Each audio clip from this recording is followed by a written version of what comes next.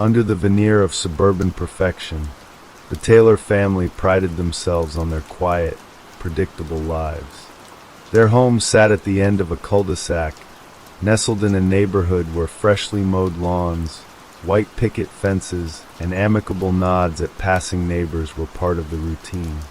It was the kind of place where secrets were buried under polite smiles, literally, as they would come to discover. The first time they met their neighbor, Mrs. Evelyn Whitaker, was shortly after they moved in. She appeared at their doorstep with a pie in hand, her expression warm and welcoming. A petite woman in her late 60s, Evelyn had an undeniable charm that masked an almost imperceptible edge in her demeanor. "Welcome to the neighborhood," she said, her voice honeyed. "I'm Evelyn from next door. I hope you'll feel at home here." Susan Taylor, always the gracious host, invited Evelyn in for coffee. The conversation was pleasant, filled with typical chatter about schools, local shops, and the history of the neighborhood. It wasn't until Evelyn began talking about her garden that Susan noticed a subtle shift in the woman's demeanor. "Oh, you must come and see it sometime," Evelyn said, her eyes lighting up with an almost obsessive gleam. "It's my pride and joy. You won't find a more vibrant garden anywhere in this town." Indeed, from the Taylor's kitchen window, Evelyn's garden was a breathtaking sight. Rows of tulips in vivid reds, yellows, and purples bordered the edges. In the center stood a massive oak tree, its branches spread wide like a guardian over the meticulously arranged flower beds and neatly trimmed hedges.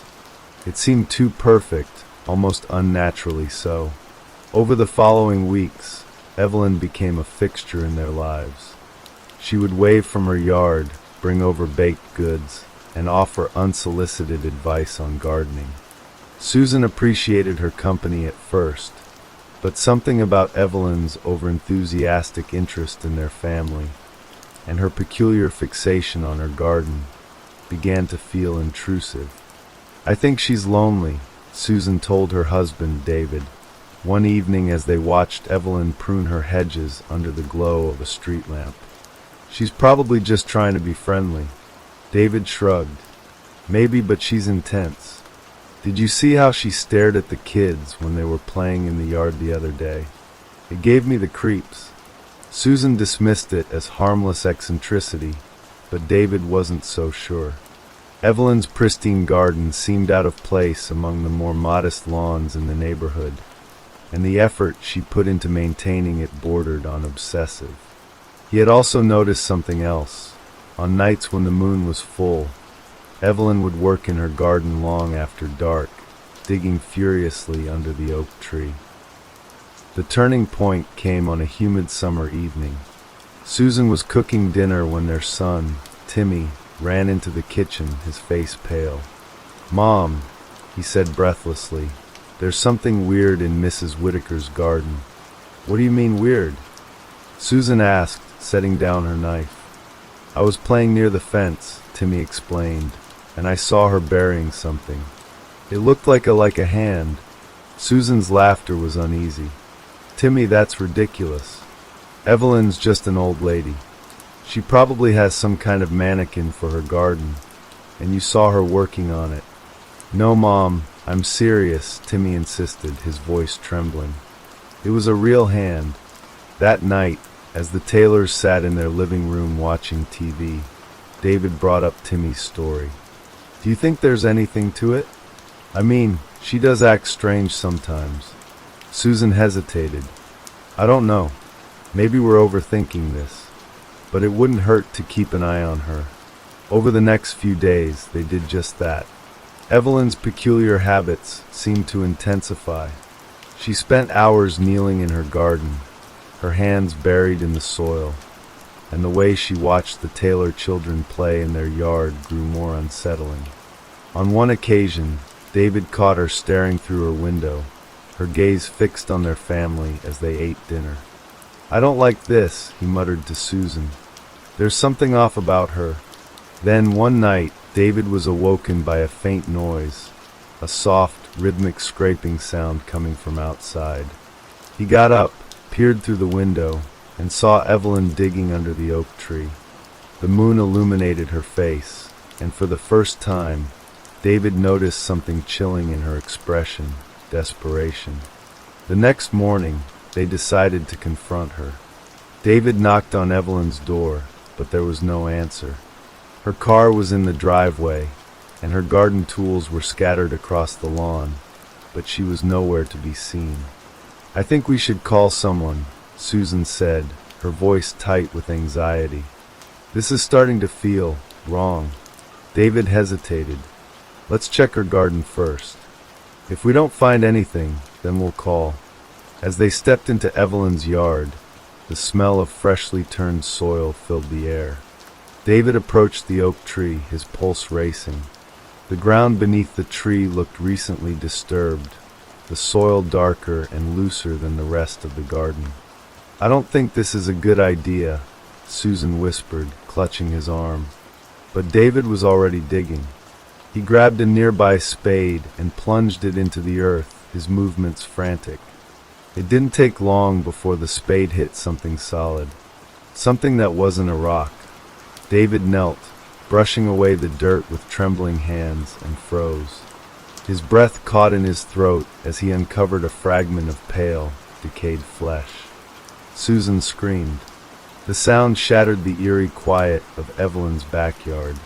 Susan stumbled backward, her hands flying to her mouth as the horrific realization washed over her.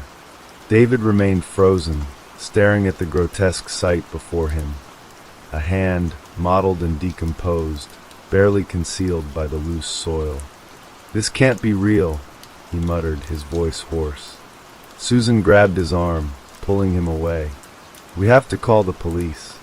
Now, they bolted back to their house, slamming the door shut as if that alone could shield them from the monstrous truth they had uncovered. David dialed 911, his hands trembling so badly that it took him 3 tries to press the correct numbers. The operator's calm voice contrasted starkly with the chaos brewing in their minds as he reported what they had found. By the time the police arrived, the sun was beginning to dip below the horizon, casting long, ominous shadows across the neighborhood. The Taylors watched from their living room as uniformed officers swarmed Evelyn's garden. Yellow tape went up, cordoning off the area, and the once idyllic yard became a crime scene. Hours later, Detective Marquez, a stocky man with a grizzled beard and piercing eyes, knocked on the Taylors' door.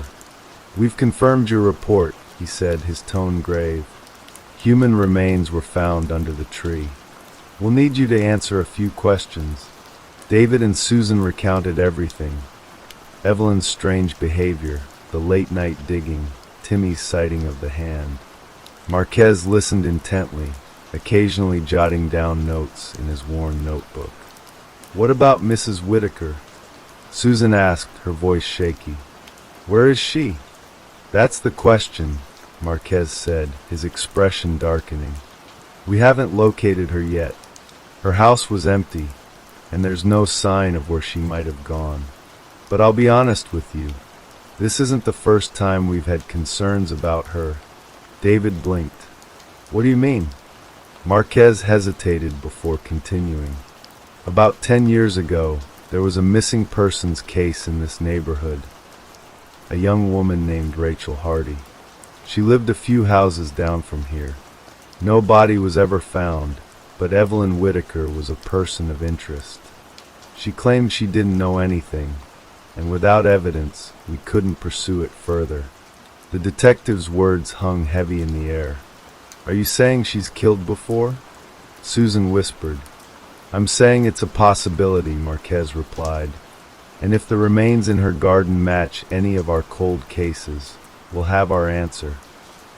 For the next few days, the neighborhood buzzed with speculation. News crews lined the streets, their cameras trained on Evelyn's house. The Taylors avoided the reporters, but the weight of their discovery bore down on them. Timmy refused to sleep in his room, claiming he could see shadows moving in Evelyn's house at night. Her car's still there, he said one morning at breakfast. What if she's hiding? She's not hiding, sweetheart, Susan assured him, though her own nerves were frayed. The police are looking for her. She's not coming back. But late one night, David heard it again, the faint sound of scraping coming from Evelyn's garden. His blood ran cold as he peered out the window. In the pale moonlight, he saw a figure near the oak tree. For a moment, he thought it was Evelyn, but as his eyes adjusted, he realized the figure was taller, broader, and moving with an unnatural, jerky motion. David? Susan's voice was a whisper behind him. She had followed his gaze and was staring out the window, her face pale. What is that? I don't know, he said, his voice barely audible. Stay here. Grabbing a flashlight and a baseball bat, David stepped outside, his heart hammering in his chest. The figure had vanished, but the disturbed soil near the tree told him it hadn't been his imagination. He crouched, shining the flashlight on the ground. There were fresh scratches in the dirt, as if someone, or something, had been digging again. When he turned back toward his house, his breath caught in his throat. Standing in the shadows by the fence was the figure. It was closer now, and he could make out its face, or rather, the lack of one. Its features were warped, indistinct, as if it were caught between forms. David stumbled backward, the flashlight trembling in his grip. The figure didn't move but seemed to watch him, its head tilting in a slow, deliberate motion. Then, as if carried on the wind, David heard a faint voice. Leave it alone. The word sent a chill down his spine. When he blinked, the figure was gone. Back inside, David locked every door and window, his hands shaking. He told Susan what he had seen, though his explanation sounded absurd even to himself. It was something else, he said. Not Evelyn. Something worse. Susan didn't question him. She had felt it too, the creeping dread, the sense that their discovery had unearthed more than just bones. It had awakened something. As the hours ticked by, they huddled together in the living room, the weight of the silence pressing down on them. When the sun finally rose, the sense of relief was fleeting. They knew deep down that whatever Evelyn's garden had hidden was far from over. As the morning sunlight crept through the blinds, David and Susan felt no sense of comfort. Their home, which once stood as a symbol of security, now felt fragile and exposed.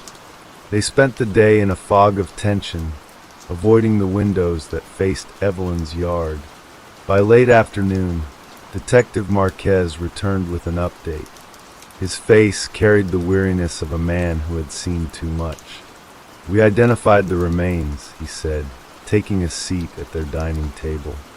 They belonged to Rachel Hardy, the young woman I mentioned before. She went missing nearly a decade ago. Susan's stomach churned. And Evelyn? Have you found her? Marquez shook his head. Not yet. But there's something else you should know. He hesitated, as though unsure of how much to reveal. The autopsy on Rachel's body uncovered irregularities. Her remains showed signs of prolonged preservation. It's as if she'd been buried for only a few months, not 10 years. David frowned. What does that mean? Marquez leaned forward, lowering his voice. It suggests that Rachel's body might not have been in the ground the entire time. Someone or something kept her preserved. That tree in Evelyn's garden, the one you mentioned, it seems to have roots that intertwine with where the body was found. Our forensics team is running tests, but I'll be honest, it doesn't make any sense. As night fell again, the Taylors found themselves locked in a cycle of paranoia. Every creak of the house, every rustle of the wind outside, set their nerves on edge. Timmy had taken to sleeping in their bed, clutching his stuffed bear like a talisman against the dark. Around midnight, David was jolted awake by a sound he couldn't place. It was faint, almost imperceptible, like the whisper of leaves in the wind. But it was inside the house. He sat up, his heart pounding, and nudged Susan awake. "Do you hear that?" he whispered. She strained her ears, and then they both heard it, a low, raspy voice, almost like a child humming a lullaby. The sound came from the direction of the hallway. Gripping a flashlight, David rose from the bed. "Stay here," he murmured to Susan and Timmy. His hands were clammy as he stepped into the hallway, the beam of the flashlight trembling slightly. The sound grew louder, leading him toward the guest room at the far end of the hall. The door was ajar, and as he approached, the hum shifted into a soft, mournful wail.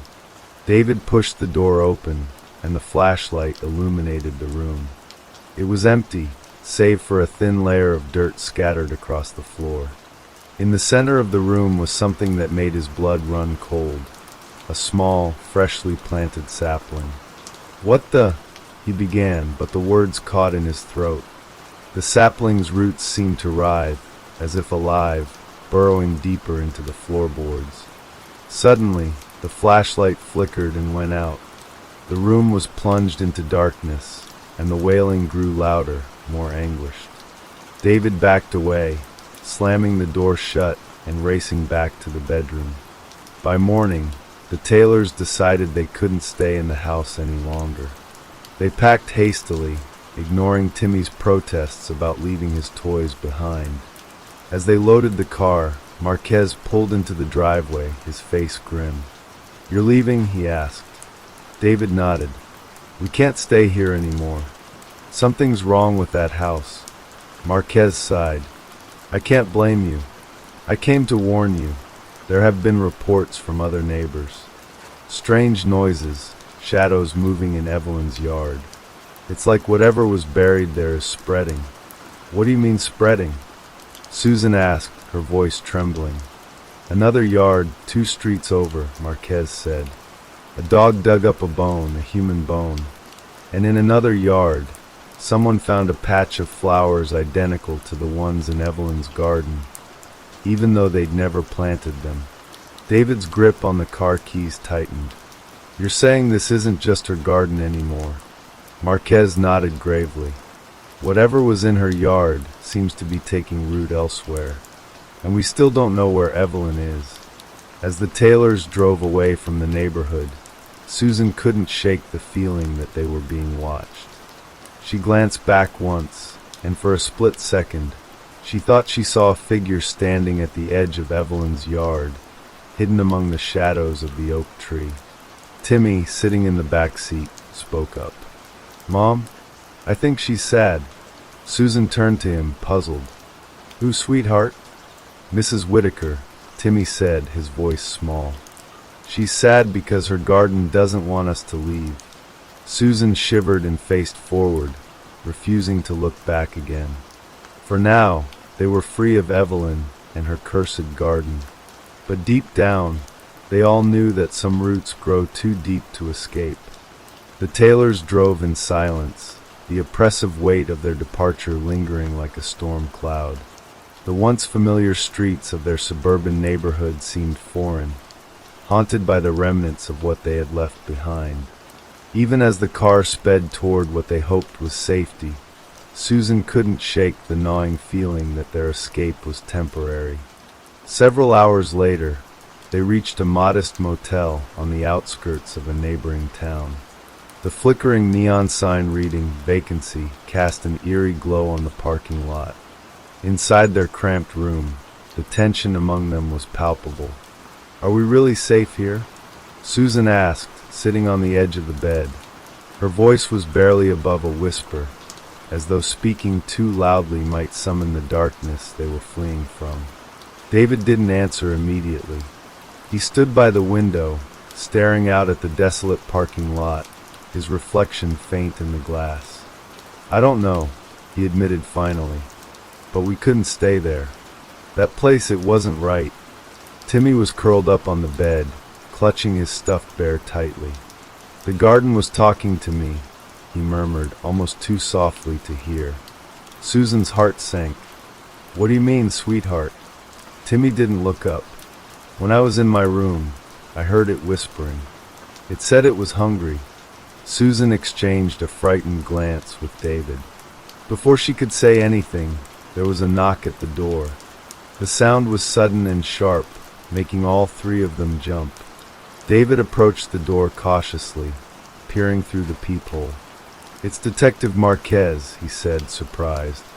David opened the door to find Marquez standing there, his face pale and drawn. "Sorry to bother you," the detective said, stepping inside. "But I thought you should know. You might not be as far away from this as you think." Susan frowned. "What are you talking about?" "We left the neighborhood. We're miles away." Marquez hesitated before speaking, as though weighing how much to reveal. "I've been tracking similar incidents. Strange growths, sounds, people reporting figures in their yards. It's spreading faster than we thought. And I found something else." He placed a photograph on the small motel table. It was an old black and white image of Evelyn Whitaker standing in front of her garden, looking younger but unmistakably herself. Behind her, the oak tree loomed large. "This photo is from 1962, Marquez said. "That tree has been there a lot longer than anyone thought. And Evelyn, she hasn't aged much since then." David leaned in, his stomach tightening. "What are you saying? That she's what? Immortal?"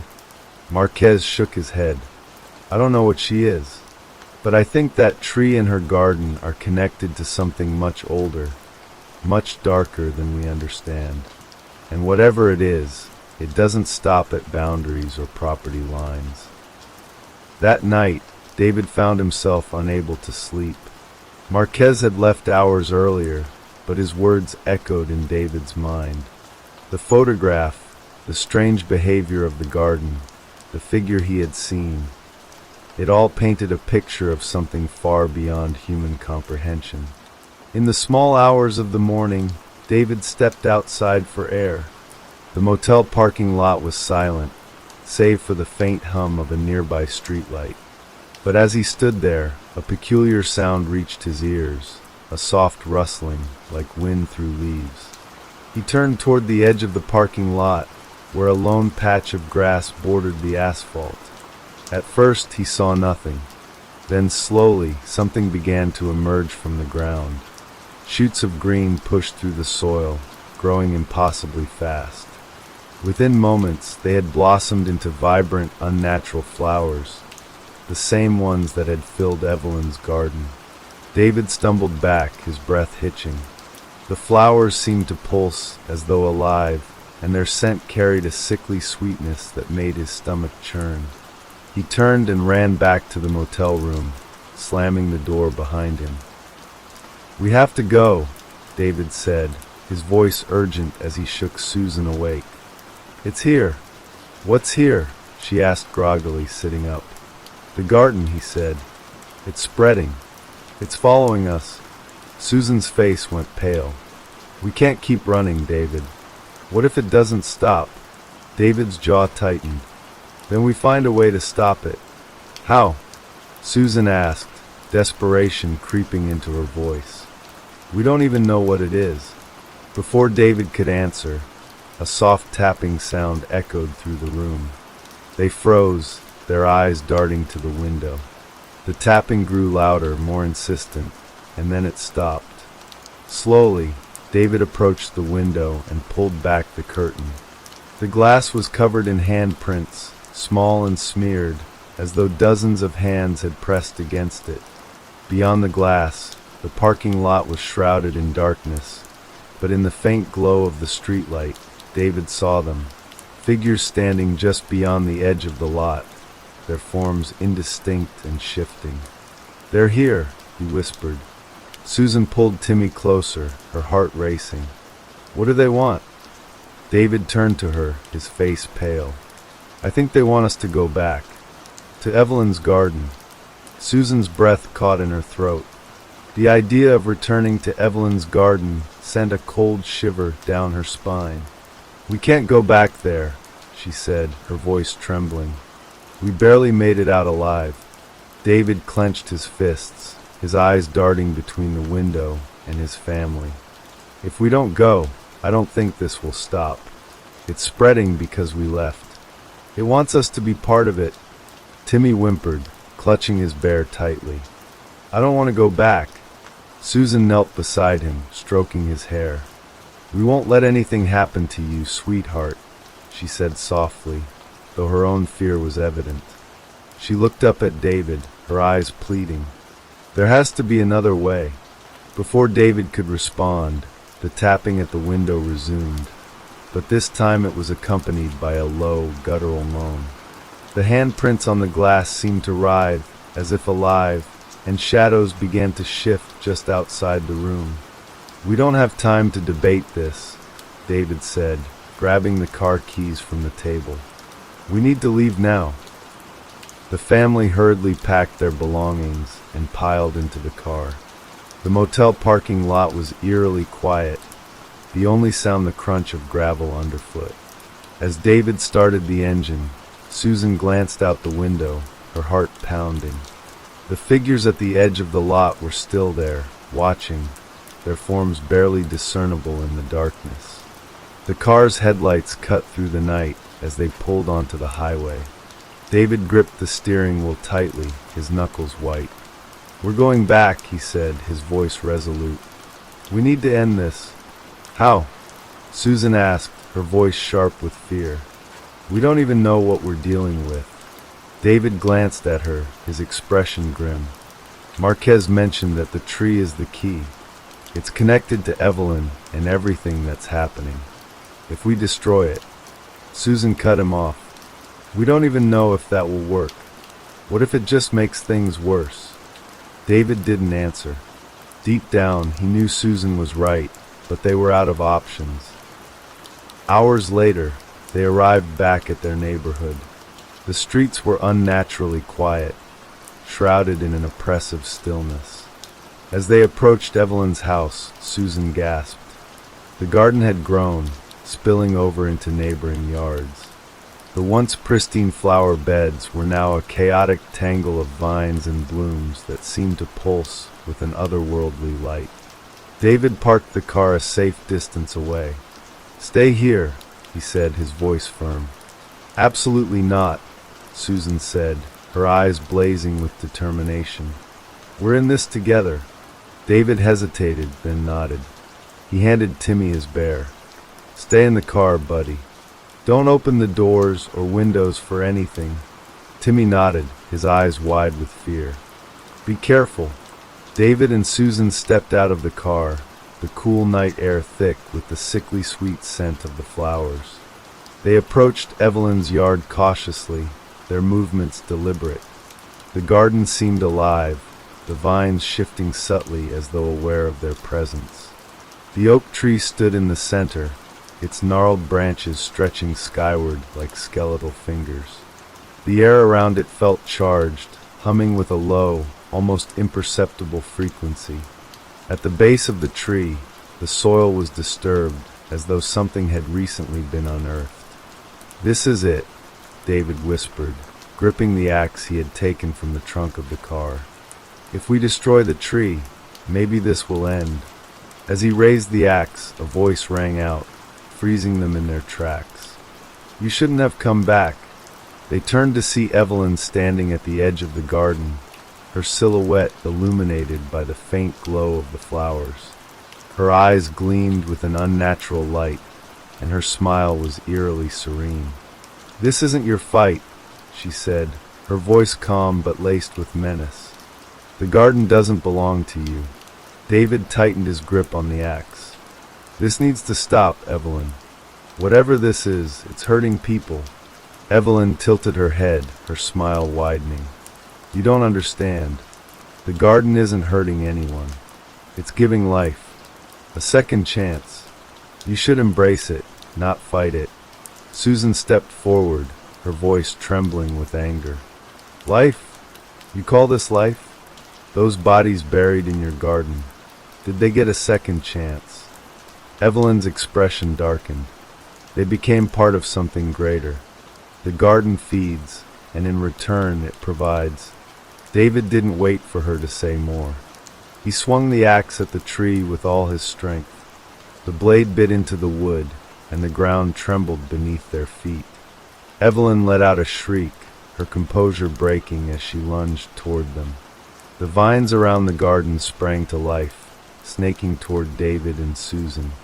One wrapped around David's ankle, pulling him to the ground. Susan grabbed a nearby rock and smashed it against the vine, freeing him. "Keep going," she shouted. David scrambled to his feet and swung the axe again, and again, each strike sending shockwaves through the air.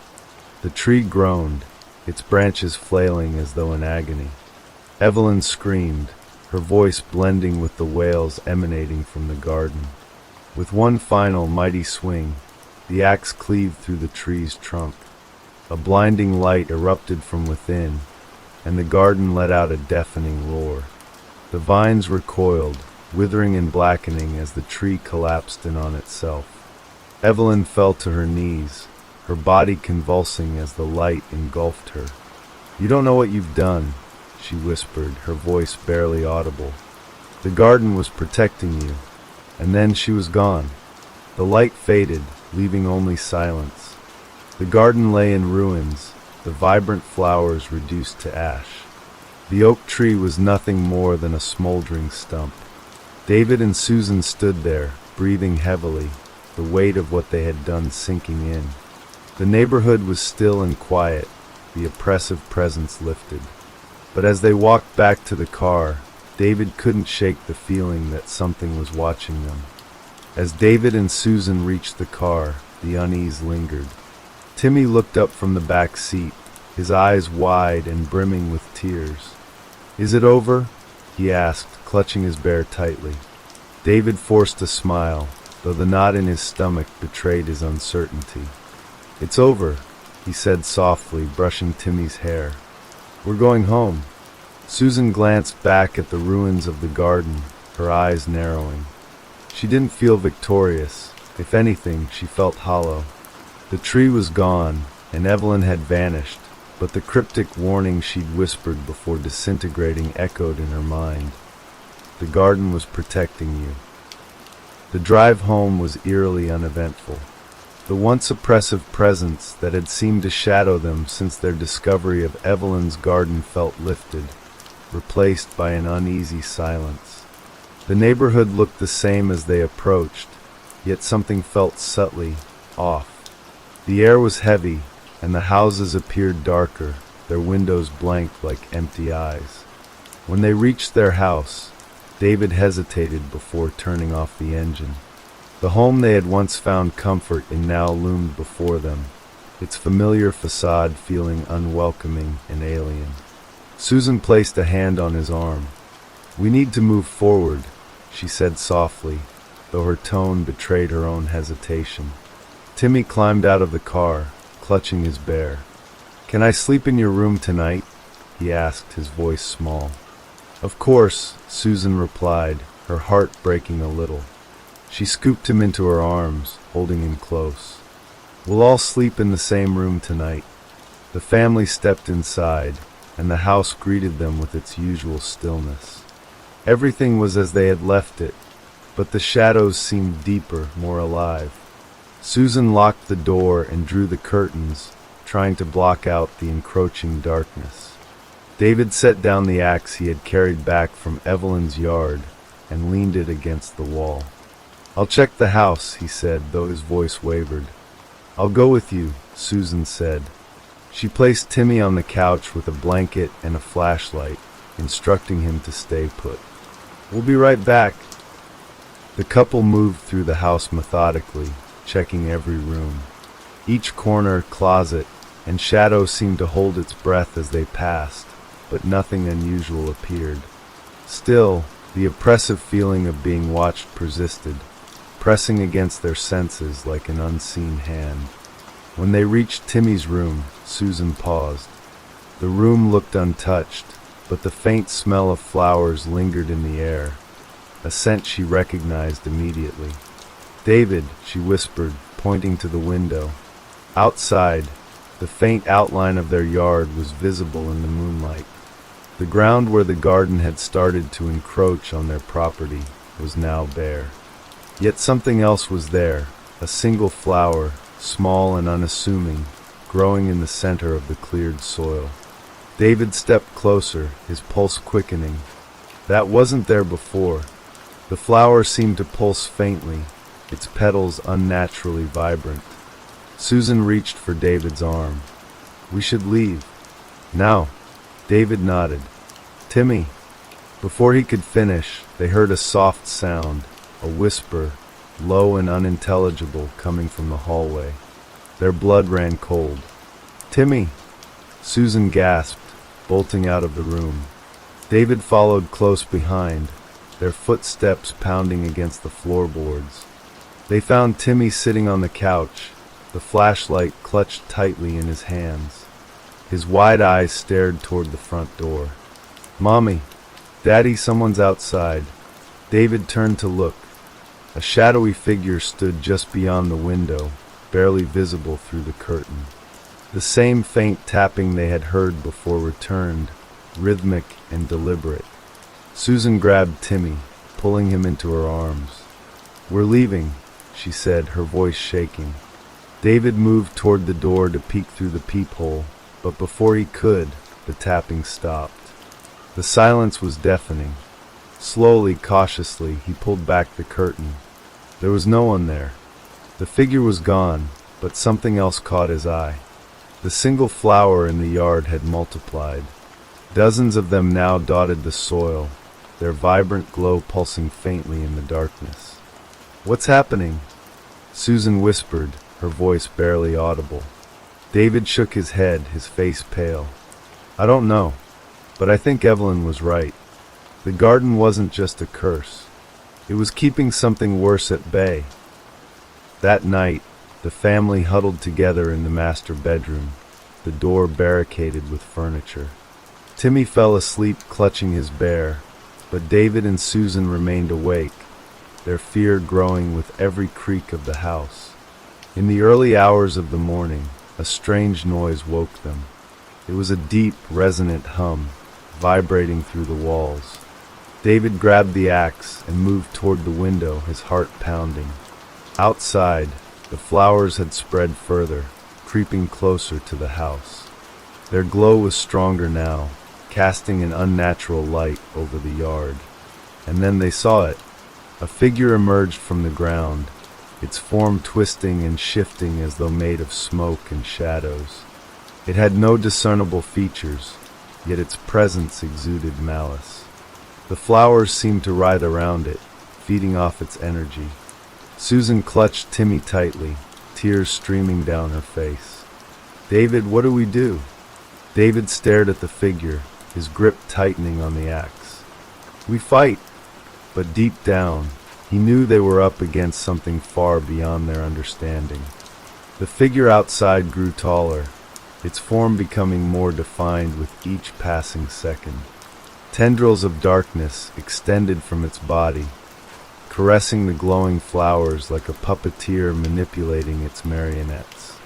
The flowers swayed in unison, their faint hums joining to create a haunting melody that reverberated through the air and seeped into the walls of the house. David backed away from the window, his axe clutched tightly in his hands. "It's feeding off the flowers," he said, his voice shaking. "Destroying them didn't end it. It unleashed something worse." Susan held Timmy tighter, her knuckles white. "We can't stay here. If that thing gets in..." She didn't finish her sentence. The weight of what they faced was too much to put into words. The hum grew louder, more oppressive. Then came the sound of scratching, long, deliberate strokes against the front door. David felt his stomach twist. It wasn't the rapid, panicked scratching of an animal. This was calculated, as if the thing outside was testing their defenses. "We need to leave." "Now," Susan said, her voice barely above a whisper. "We'll take the car and get as far away from here as we can." David nodded. "I'll check if the coast is clear." "Stay here." He moved to the window, crouching low. Peering out, he saw the figure still standing in the yard, its attention seemingly fixed on the flowers. The front path was clear, but the way the tendrils moved suggested it wouldn't stay that way for long. "Okay," David whispered, turning back to Susan. "We have to move fast." The family crept down the stairs, Timmy tucked against Susan's chest as David led the way. The front door loomed ahead, the scratches now replaced by a steady thud, as though the entity was testing the door's strength. David motioned for Susan to stay back as he approached the door, gripping the axe tightly. With a deep breath, he flung the door open. The yard beyond was empty except for the glowing flowers and the looming figure near the tree stump. The thudding stopped immediately, and the oppressive hum seemed to falter, as if the entity was momentarily confused. "Go!" David shouted, ushering Susan and Timmy toward the car. They sprinted across the yard, their footsteps crunching against the dirt. The flowers began to pulse faster, their glow intensifying. The figure turned, its faceless head tilting as if it had only just noticed them. Tendrils shot out from its form, snaking toward them with alarming speed. Susan screamed, shielding Timmy as she dove into the back seat. David swung the axe at the nearest tendril, severing it, but more took its place. He leapt into the driver's seat, slamming the door just as a tendril smacked against the car's window with a loud crack. The engine roared to life, and David floored the gas pedal. The car sped down the street, the tires screeching as they veered onto the main road. In the rearview mirror, David saw the figure standing at the edge of their yard, its tendrils retreating as it watched them leave. The flowers, however, continued to glow, their light fading into the distance. They drove for hours, not stopping until the first rays of sunlight peeked over the horizon. The oppressive feeling that had clung to them began to lift, replaced by an uneasy silence. They pulled into the parking lot of a small diner, the warm glow of the open sign offering a faint sense of normalcy. Inside, the diner was quiet. A lone waitress greeted them with a tired smile and directed them to a booth by the window. David and Susan sat across from each other, Timmy curled up beside his mother, his bear still clutched tightly. "What now?" Susan asked, her voice hoarse. David rubbed his temples, his exhaustion evident. "I don't know. I think we need to find someone, an expert, maybe, to figure out what's happening. But we can't go back." Susan nodded, though her expression remained troubled. "That thing, it's not just in Evelyn's yard anymore. It's spreading." David didn't respond. He didn't need to. They both knew the truth. The curse wasn't confined to the garden. They had unleashed something far bigger than themselves. As they ate their meal in silence, the hum returned. Faint, almost imperceptible, but unmistakable. David froze, his fork hovering midair. Susan's eyes widened, and she gripped Timmy protectively. The flowers weren't done with them. David's eyes darted toward the diner window. The bright morning sunlight bathed the world outside, yet something felt fundamentally wrong. The humming grew louder, resonating deep within their chests. It wasn't coming from the diner speakers, nor from any appliance. It was coming from the ground. "David," Susan whispered, her hand trembling as she gripped her coffee cup. "Do you feel that?" He nodded, his stomach churning. The hum wasn't just a sound. It was a presence, alive and invasive. He glanced at Timmy, who was squirming uncomfortably in the booth. "It's too loud, Daddy," the boy whimpered, covering his ears. David stood abruptly, his chair scraping loudly against the floor. The other patrons in the diner turned to look, but their faces seemed wrong. Their expressions were blank, their eyes unfocused, as if they were staring through him. "Susan, we need to leave." "Now." Susan hesitated for only a moment before grabbing Timmy and sliding out of the booth. "What's happening?" she asked, her voice cracking. "I don't know, but we can't stay here," David said, glancing nervously at the other customers. The humming was now a full vibration, rattling the glasses and plates on the table. As they stepped outside, the morning sunlight seemed dimmer, as though a thin veil had been drawn over the sky. The hum persisted, louder than ever, and David felt it in his teeth, a relentless vibration that seemed to sync with his heartbeat. "What's that?" Susan asked, pointing toward the horizon. In the distance, the faint glow of flowers dotted the landscape, spreading like an infection. Fields, sidewalks, and even patches of forest were illuminated with the same unnatural light they had seen in Evelyn's garden. "It's spreading faster than I thought," David muttered, his voice grim. "We need to get as far away as possible." Susan clutched Timmy tighter, her face pale. "How far is far enough?" David didn't answer. He didn't know. They drove aimlessly for hours, following winding back roads and highways. Every so often, they would pass a patch of glowing flowers, their eerie light standing out starkly against the natural world. The hum followed them, growing and receding like waves, but it never disappeared entirely. By mid-afternoon, they pulled into a desolate gas station.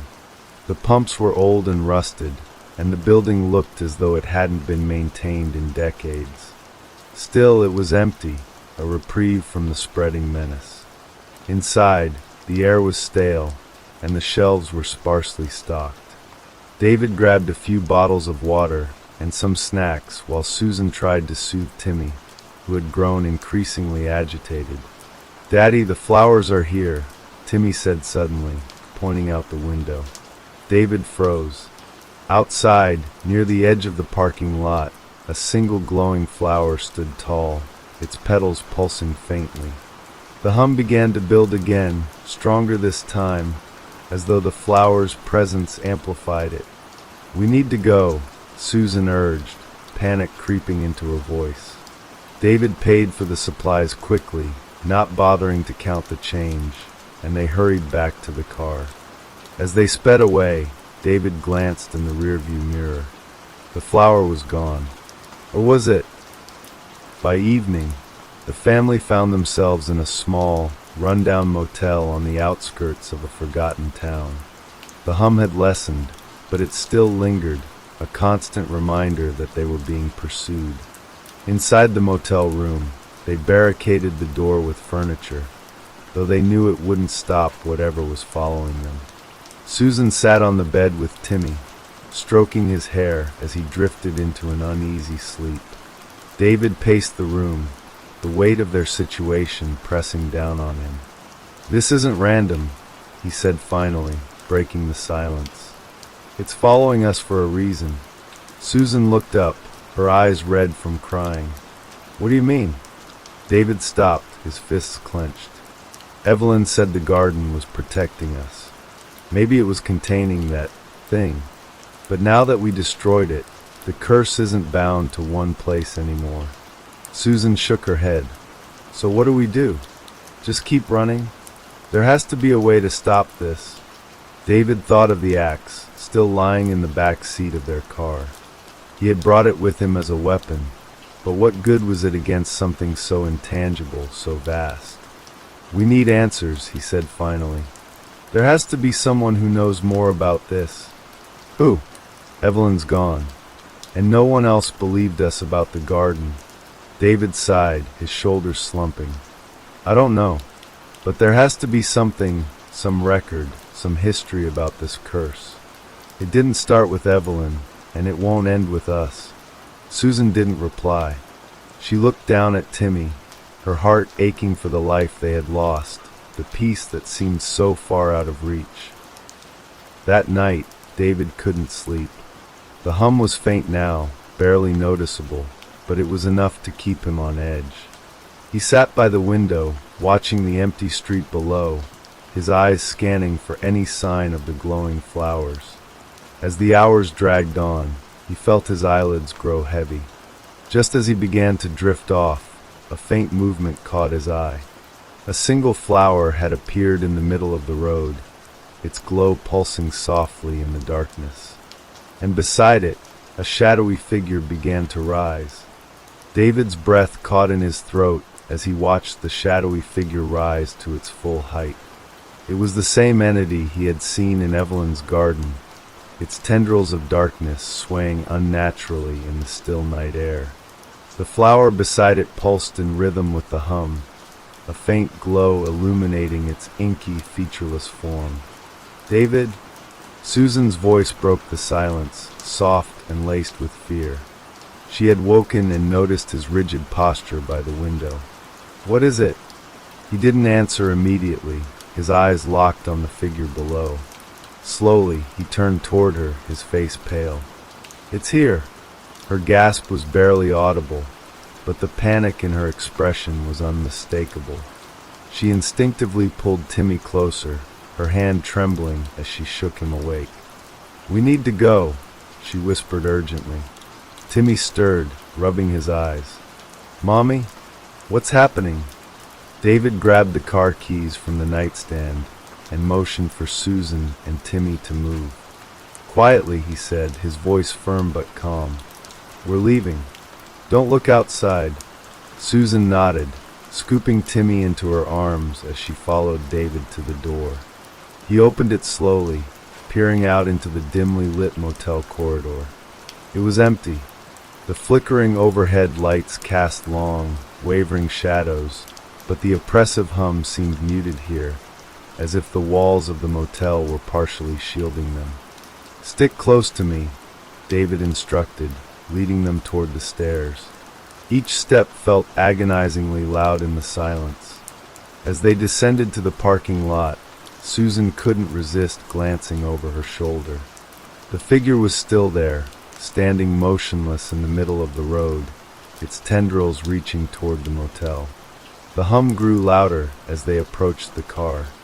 David fumbled with the keys, his hands shaking as he unlocked the doors. "Get in," he hissed, ushering Susan and Timmy inside before climbing into the driver's seat. The engine roared to life, and David slammed his foot on the gas pedal. The car sped out of the parking lot, tires screeching as they turned onto the deserted road. In the rearview mirror, the figure remained motionless, its tendrils retreating slightly as the distance grew. But the flowers, they were everywhere now. Small patches of glowing blooms lined the roadside, their light intensifying as the car passed. The hum followed them, growing louder and louder, until it felt like it was coming from inside their own heads. "What's happening, Daddy?" Timmy asked, his voice small and frightened. David didn't answer, his knuckles white as he gripped the steering wheel.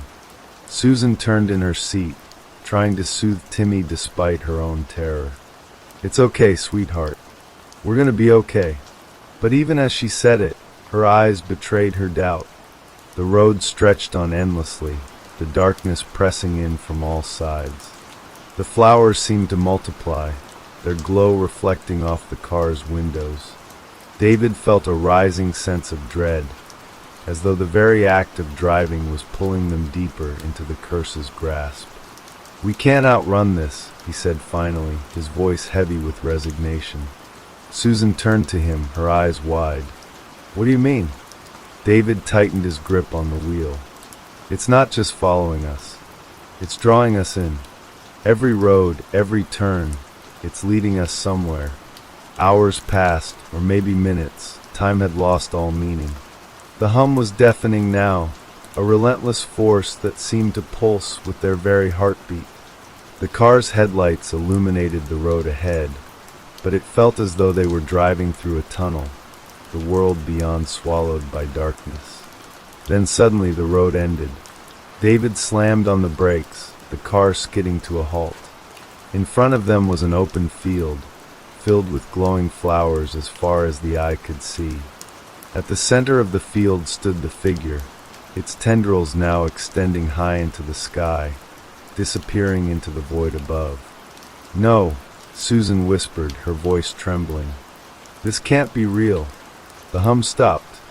The sudden silence was almost more jarring than the noise had been. The oppressive weight that had been pressing on their chests lifted, leaving an eerie stillness in its wake. And then the figure moved. It stepped forward, its tendrils retracting as it approached the car. The flowers pulsed brighter, their glow casting strange, twisting shadows across the field. David tried to reverse, but the car wouldn't move. The engine sputtered and died, leaving them trapped. "David, do something!" Susan screamed, clutching Timmy tightly as he began to cry. David grabbed the axe from the back seat and threw the door open. "Stay in the car," he shouted, stepping out to face the approaching figure. The moment his feet touched the ground, the flowers nearest to him began to wilt, their glow fading into darkness. The figure stopped, its tendrils hovering in midair as though it were studying him. "What do you want?" David shouted, his voice echoing across the field. "Why are you doing this?" The figure tilted its head, and for the first time, a sound emerged, a low, guttural voice that seemed to come from everywhere at once. "You disturbed the soil. Now you must feed it." David's grip tightened on the axe, his knuckles pale. "Feed it," he shouted back. "What does that mean? What do you want from us?" The figure did not answer. Instead, it raised one of its shadowy tendrils, pointing toward the car where Susan and Timmy sat. The meaning was clear. "No!" David bellowed, stepping forward and raising the axe. "You can't have them. If you want someone, take me." The figure paused, its tendrils wavering in the air as though it were considering his offer. The flowers surrounding David began to glow brighter, their light casting a strange halo around him. Susan, from inside the car, pounded on the window, her voice muffled but desperate. "David!" "No!" David ignored her, his heart racing as he stared down the entity. "Leave them alone. I'm the one who destroyed the garden. I'm the one you want, right?" The figure seemed to lean closer, its tendrils slithering along the ground toward him. They stopped just inches from his feet, the earth beneath them withering and blackening. Slowly, the figure's voice emerged again, low and guttural, reverberating through the air. "Sacrifice. For the soil. For the bloom." David didn't understand entirely, but he could feel the weight of its demand. A life. It needed a life to restore balance, to satisfy whatever curse had been unleashed when the garden was destroyed. Inside the car, Susan clutched Timmy, her eyes darting between David and the entity. "He's trying to protect us," she whispered, her voice trembling. Timmy sniffled, his small hands gripping hers tightly. "Daddy's not coming back, is he?" Susan's heart broke at the question. "Don't say that," she said quickly, forcing strength into her voice. "We're not going to lose him." But even as she said it, her mind raced. What could they do? The car wouldn't start, and the figure seemed impervious to reason. Outside, David lowered the axe slightly, his arms trembling. "What happens if I agree?" he asked. "Will it end? Will you stop following my family?" The figure didn't answer in words this time. Instead, the tendrils retracted slightly, and the hum returned, low and steady, a rhythm that seemed to signal its acknowledgement. David took a deep breath, his chest tight. He glanced back at the car, locking eyes with Susan through the windshield. She was crying, shaking her head vehemently. He could almost hear her voice in his mind, begging him not to do this. But he had made his decision. David turned back to the figure and dropped the axe to the ground. "Take me," he said, his voice steady. "Just leave them alone." The figure began to move again, its tendrils extending toward him. As they touched his skin, an icy chill spread through his body, and the world around him seemed to blur. He closed his eyes, bracing for the end. "No!" Susan's scream shattered the night. David's eyes snapped open just in time to see Susan running toward him, clutching the axe in her hands. The figure recoiled slightly as she swung wildly, the blade slicing through one of its tendrils.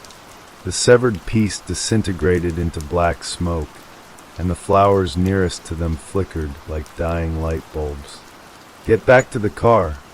David shouted, his voice raw with panic. But Susan didn't stop. "You're not doing this alone," she cried, swinging the axe again. Another tendril recoiled, and the figure let out a deafening roar that seemed to shake the very ground beneath them.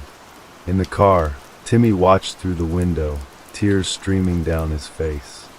"Mommy," he sobbed, banging his small fists against the glass. The hum grew louder and louder, the air thick with tension. The flowers pulsed erratically, their glow dimming and brightening as though the energy fueling them was destabilizing. The figure shifted, its form becoming more fluid, more chaotic. Its tendrils lashed out toward Susan, but David lunged forward, tackling her to the ground just as the dark appendages swept over their heads. "You should have stayed in the car," he growled, his voice a mix of anger and desperation. "I'm not losing you." Susan shot back, her eyes fierce despite the tears streaming down her face. The figure loomed over them, its presence suffocating. The flowers around it began to wilt, their glow fading completely, until the only light came from the stars above. The hum stopped again, replaced by a deafening silence. Then a voice, soft, childlike, and eerily familiar. "You should have listened to the garden." David and Susan froze. The voice wasn't coming from the figure. It was coming from Timmy. They turned toward the car, and their blood ran cold. Timmy was standing outside, his small frame silhouetted against the dim light. His eyes glowed faintly, the same unnatural hue as the flowers. "Timmy," Susan whispered, her voice cracking. He tilted his head, a strange smile on his face. "You broke it. Now you have to fix it." The figure stopped moving, its tendrils retreating slightly as if waiting for something. Timmy took a step forward, the glow in his eyes intensifying. David scrambled to his feet, his mind reeling. "Timmy, get back in the car." But the boy didn't move. Instead, he pointed to the figure. "It's hungry, Daddy. If you don't feed it, it'll just keep growing." Susan grabbed David's arm, her voice trembling. "What's happening to him?" "I don't know," David whispered, his voice barely audible. He felt the weight of the curse pressing down on them, suffocating, inescapable. Whatever they did next would seal their fate. The figure loomed closer, its tendrils extending toward Timmy. The boy stood still, unafraid, his glowing eyes locked on his parents. "You have to choose," he said, his voice echoing unnaturally. "One life, or the whole garden." David's chest tightened as the weight of the decision settled on him. Time was running out. David's heart slammed against his chest, his vision blurring as he stepped back, every instinct screaming at him to run, to scream, but his voice was lost in the weight of the moment. "Timmy," he breathed, barely able to form the word. His legs felt weak beneath him, as though the earth itself were pulling him down. This wasn't possible. This couldn't be happening. Timmy stood in the garden, his small figure bathed in the faint glow of the plants that surrounded him. His once innocent eyes now gleamed with the same eerie light that had come from the flowers before. The air around them seemed to shimmer, charged with something unnatural. "Daddy, why did you leave me?" Timmy's voice was soft, a ghostly echo of the child David had known. His smile was stretched too wide, unsettling. "I told you I would be okay. You promised." David felt his knees buckle as a surge of guilt and horror twisted inside him. His mind screamed for him to turn away, to shut his eyes and pretend this wasn't real. But Timmy was standing there, alive, or something like it, his features almost unchanged, except for that unnatural gleam in his eyes. "No," David whispered, his voice hoarse, trembling. "No, Timmy, you're not my son anymore." Timmy's smile faltered, just for a moment. Then he tilted his head to one side, the unsettling sound of bones shifting beneath the skin. "I'm still your son," he said, his voice growing colder, the words reverberating with an unnatural echo. I'm just more than I was before. Susan, still in shock, stood frozen in the doorway behind David. Her hands were trembling as she clutched the frame for support. "Timmy," she whispered, her voice breaking. "What have you become?" The boy in the garden took a step forward, his tiny feet barely making a sound on the soft soil. "I've become what the garden needs me to be," Timmy said, his eyes now glowing brighter, his voice growing in volume with each passing word. "I am the seed. I am the root. I am the answer." "No, no, no," David repeated, stepping back. He couldn't process what was happening. The memory of Timmy, the boy they had lost so brutally, flickered like a candle in the dark, overshadowed by this twisted version of him. This thing in front of him wasn't his son anymore. Not really. "You promised," Timmy said again, this time more insistent. "You promised me, Daddy. You said you'd save me. And you did."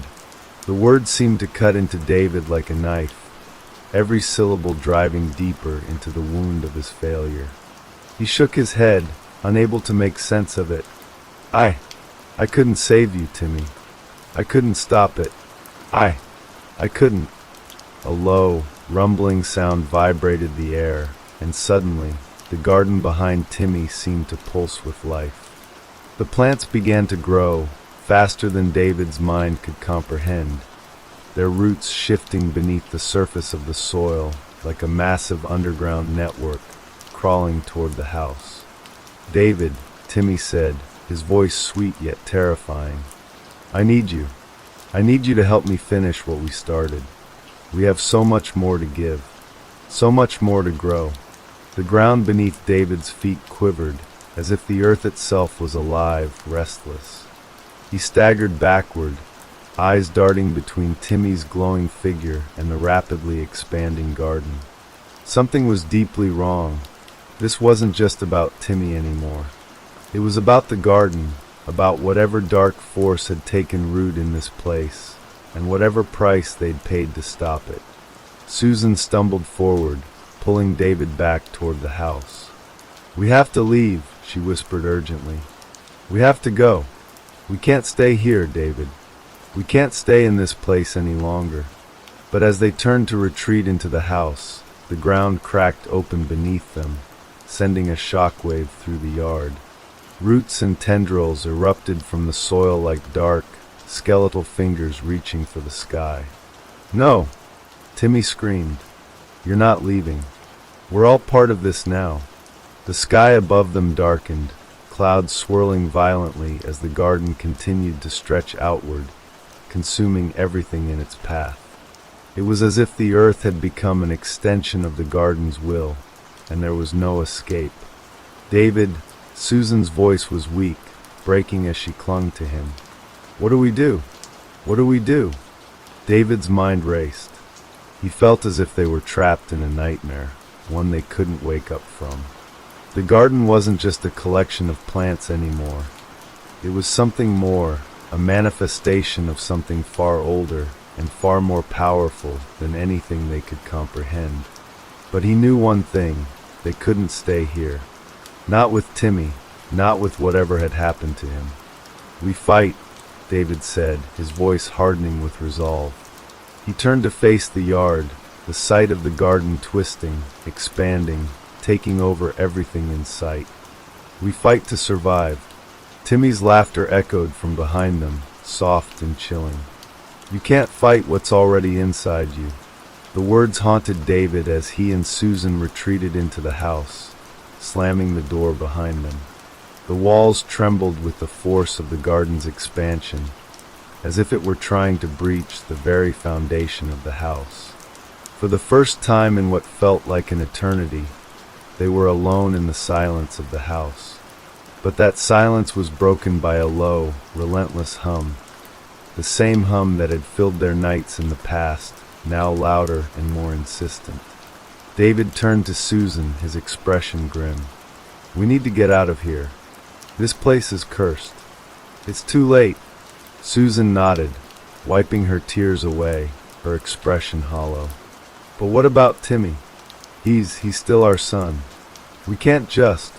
David gripped her shoulders, forcing her to look at him. Susan, he's gone. Whatever that thing is, it's not him anymore. We have to leave before it's too late. They grabbed what little they could carry and made their way to the back door, only to find that the garden had already reached the very foundation of the house, its roots creeping up the walls, pushing through the cracks. There was no escape. "We're running out of time," David whispered, his voice low and desperate. In the distance, Timmy's voice echoed again, soft and haunting, just on the edge of hearing. "You're not leaving, Daddy." And with that final, chilling cry, David knew. There was no escaping the curse of the neighbor's garden. It had taken hold, and it would not let go. David's breath quickened, panic seizing him as he turned to face Susan. "We have to get out now." His voice was tight, strained with fear. They bolted for the door, but as they reached the threshold, the garden outside seemed to surge forward, the dark, twisted tendrils of roots and vines pushing against the walls of the house. The door slammed shut on its own, as though something invisible was holding it closed. "God, no!" Susan screamed, her hands frantically pulling at the door handle. "We can't stay here. We can't." David stood frozen, staring at the mass of roots and vines pressing against the door, their dark, gnarled fingers wrapping around the frame like an unholy grip. The house itself seemed to be resisting their escape, as if it had become a part of the garden, a grotesque extension of its malevolent force. Then, from the corner of his eye, David saw it, Timmy. But he wasn't standing outside anymore. He was at the edge of the living room, his form distorted by the same eerie glow that had once been the garden's light.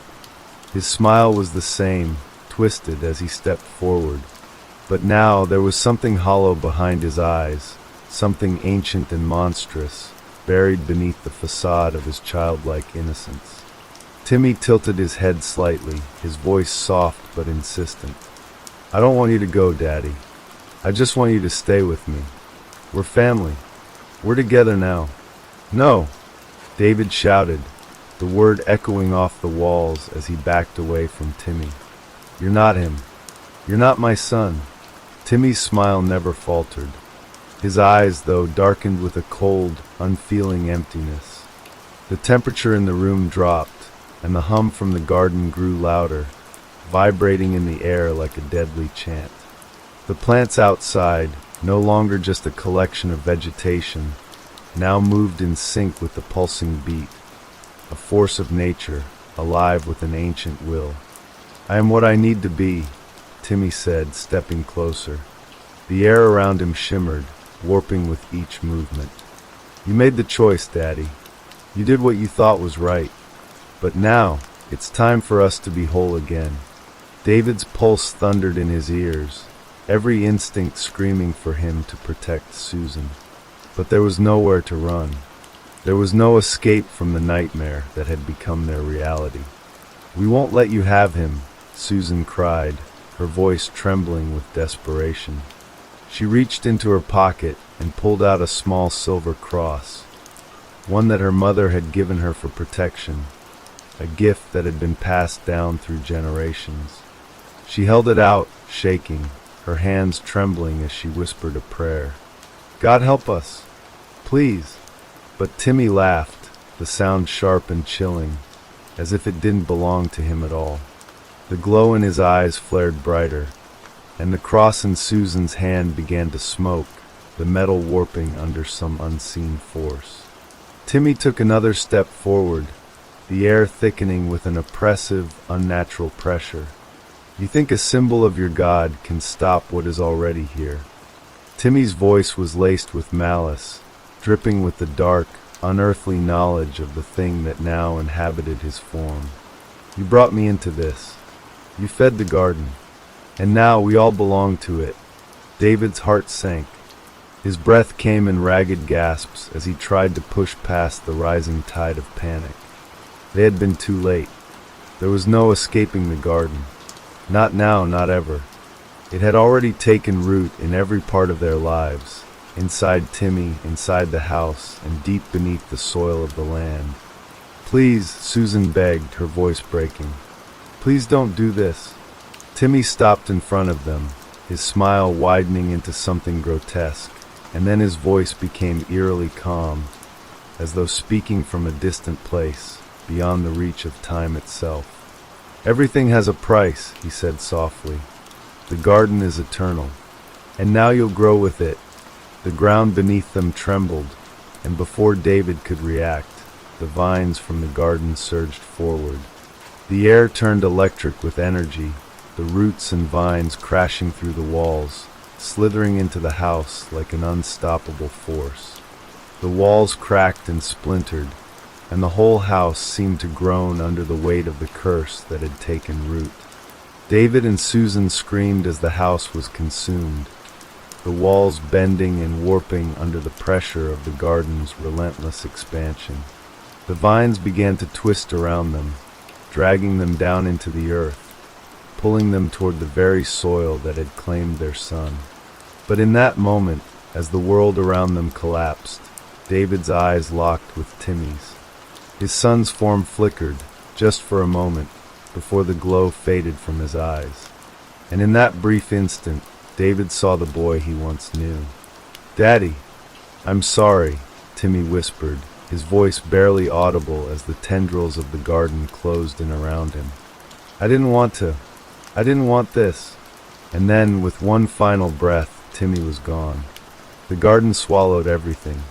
The house, the memories, the family, and as the last vestiges of their existence were consumed, the earth settled. The garden, now fully grown, stood in the place where their home once was, its flowers dark, twisted, and full of malice. The curse of Blackwood, the garden's hunger, had claimed another family. And as the last whispers of the wind swept across the desolate land, the hum of the garden could still be heard, a song of eternal hunger, waiting for the next soul to feed it. The neighbors would find the garden next. It always did. Always. The winds of Blackwood whispered through the overgrown hedges, the air thick with the scent of decay.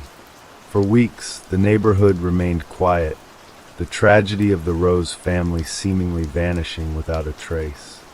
No one had come forward to claim what remained of the house, and the once beautiful garden continued to grow unchecked, its twisting roots burrowing deeper into the earth. Rumors spread, of course, as rumors always did in quiet suburbs. People talked about the strange disappearance of the Roses. The whispers spread like wildfire, something about a curse, an ancient garden, and a family that had vanished without a trace. But no one really knew what had happened, and no one dared to ask. But the garden never stopped growing. It grew beyond the boundaries of the Rose family's property, curling its dark tendrils into the yards of the neighboring homes. No one dared to approach it, even though the rest of the neighborhood remained the same, calm and undisturbed. One crisp morning, as the sun crept over the horizon, a new family moved into the neighborhood. The Devereaux, Sarah, Mark, and their two young children, Emily and Jack, were excited to begin their new life in Blackwood. They had heard the rumors, of course, but there were always rumors. A fresh start was what they needed. The house at the end of the cul-de-sac was perfect for them, with its spacious backyard and a cozy atmosphere. They were ready to forget the past and start anew. But the Devereaux weren't as unaware as the Roses had been. Sarah had always had a sense for these things, an intuition that made her nervous around places with too much history. When she had driven past the house weeks before, she had noticed the eerie garden, its unnatural vibrancy, the way it seemed to pulse with an energy that she couldn't explain. It wasn't right. She couldn't shake the feeling that something dark had taken root there. "Mark, do you see this?" Sarah asked one evening after they had moved in. Her eyes were drawn to the garden that stretched into their backyard, the vibrant colors of the flowers almost hypnotic. It wasn't like the rest of the gardens in Blackwood. It was something else. Something wrong. Mark had already noticed. He had been trying to ignore the nagging discomfort that had settled deep in his bones. He too had heard the whispers, the stories about the roses, the garden that no one could tame. He had dismissed it at first, thinking it was just gossip, but now, standing at the edge of the backyard, his instincts told him that something far more sinister was at play. "Maybe we should call someone," Sarah suggested, but Mark shook his head, trying to convince her that there was no real danger. "It's just a garden, Sarah. I'm sure there's an explanation." But even as he said it, he couldn't shake the unease that gnawed at him. He glanced at the garden again, the tendrils of the vines twisting around the fence line, pushing their way through the cracks in the stone. There was no denying it. There was something wrong with that garden. Over the next few days, the family began to settle into their new home. The kids, eager to explore, ran through the backyard, oblivious to the dark garden looming just beyond. But Sarah's unease only deepened, and Mark's attempts to brush it off became more strained. The garden had a presence, a weight in the air that seemed to press against their very souls. It felt alive. One night, as Sarah stood by the window in their bedroom, staring at the darkened garden, she saw something that made her blood run cold. A figure. It wasn't clear at first, just a shadow moving between the flowers. At first, she thought it was one of the neighbors, but as her eyes adjusted to the darkness, she realized it wasn't. It wasn't human. It was something else, something tall, with long limbs that seemed to stretch unnaturally, and eyes that gleamed with an otherworldly glow. Sarah froze, her heart hammering in her chest as the figure stepped closer to the house. Before she could scream, the figure disappeared into the garden, swallowed by the thickening vines. "Mark," she called urgently, her voice shaking. "Mark, you have to come see this." Mark rushed to her side, his expression full of concern. "What's wrong? What happened?" "I saw someone," Sarah said, her voice barely a whisper. "Something in the garden.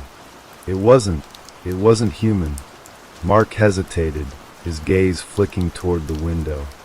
"I told you we should have called someone," Sarah continued, her voice full of panic now. "Something's wrong with that garden. It's not just plants, Mark. It's alive. It's feeding on something." Mark tried to calm her down, but deep inside, he knew she was right. There was something out of place in that garden, something beyond their understanding. And it was getting closer. The next morning, Sarah decided she had had enough. She couldn't ignore it any longer. The garden had to be dealt with. She was going to find out what was happening, and she wasn't going to wait for it to consume them like it had the roses. She stood at the edge of the garden, staring into the dense foliage. The flowers seemed to watch her, their petals opening and closing as if they were breathing. She could feel the weight of the garden's gaze on her, and her skin prickled with an ancient fear. "Come on, Sarah," she muttered to herself. "You're just being paranoid." But the moment she stepped closer, the air shifted.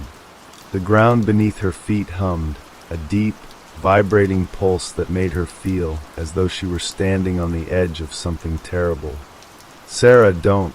Mark's voice came from behind her, but it was too late. The ground trembled, and the garden seemed to grow before her eyes. The vines stretched out, reaching for her. The flowers pulsed with life, and the glow from the center of the garden brightened, as though calling to her, urging her to come closer. "Mark!" she screamed, but it was too late. The garden had claimed her.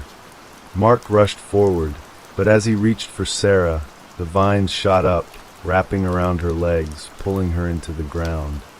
Her scream echoed through the air, a cry of pure terror as she disappeared into the earth.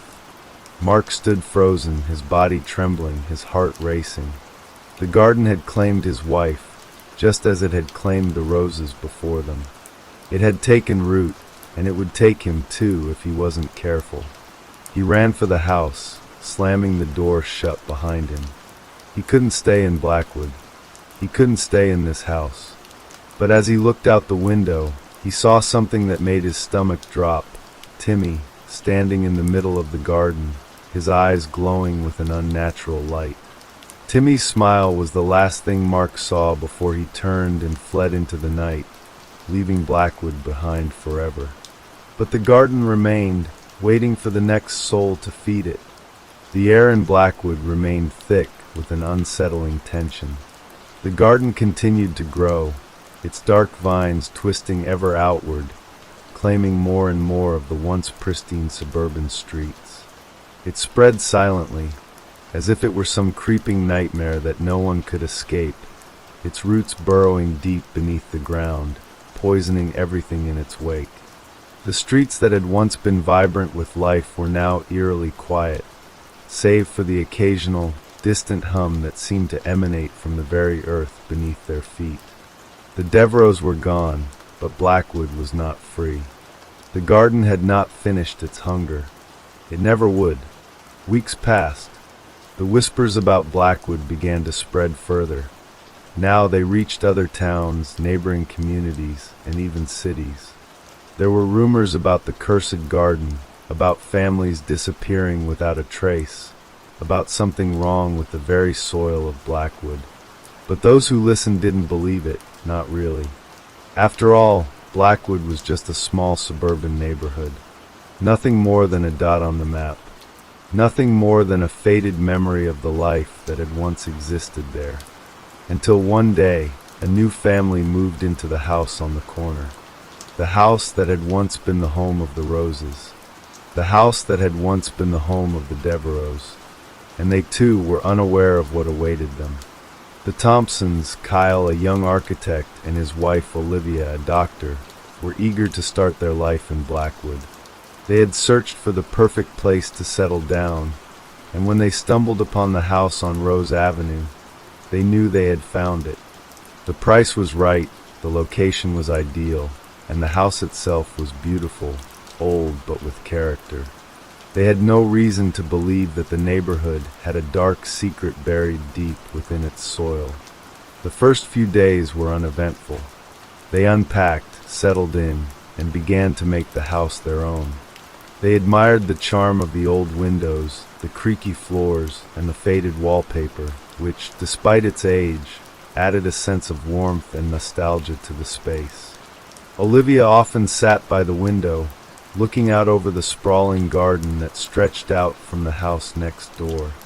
The garden was lush, thick with flowers and vines, and for some reason, it seemed to pulse with life.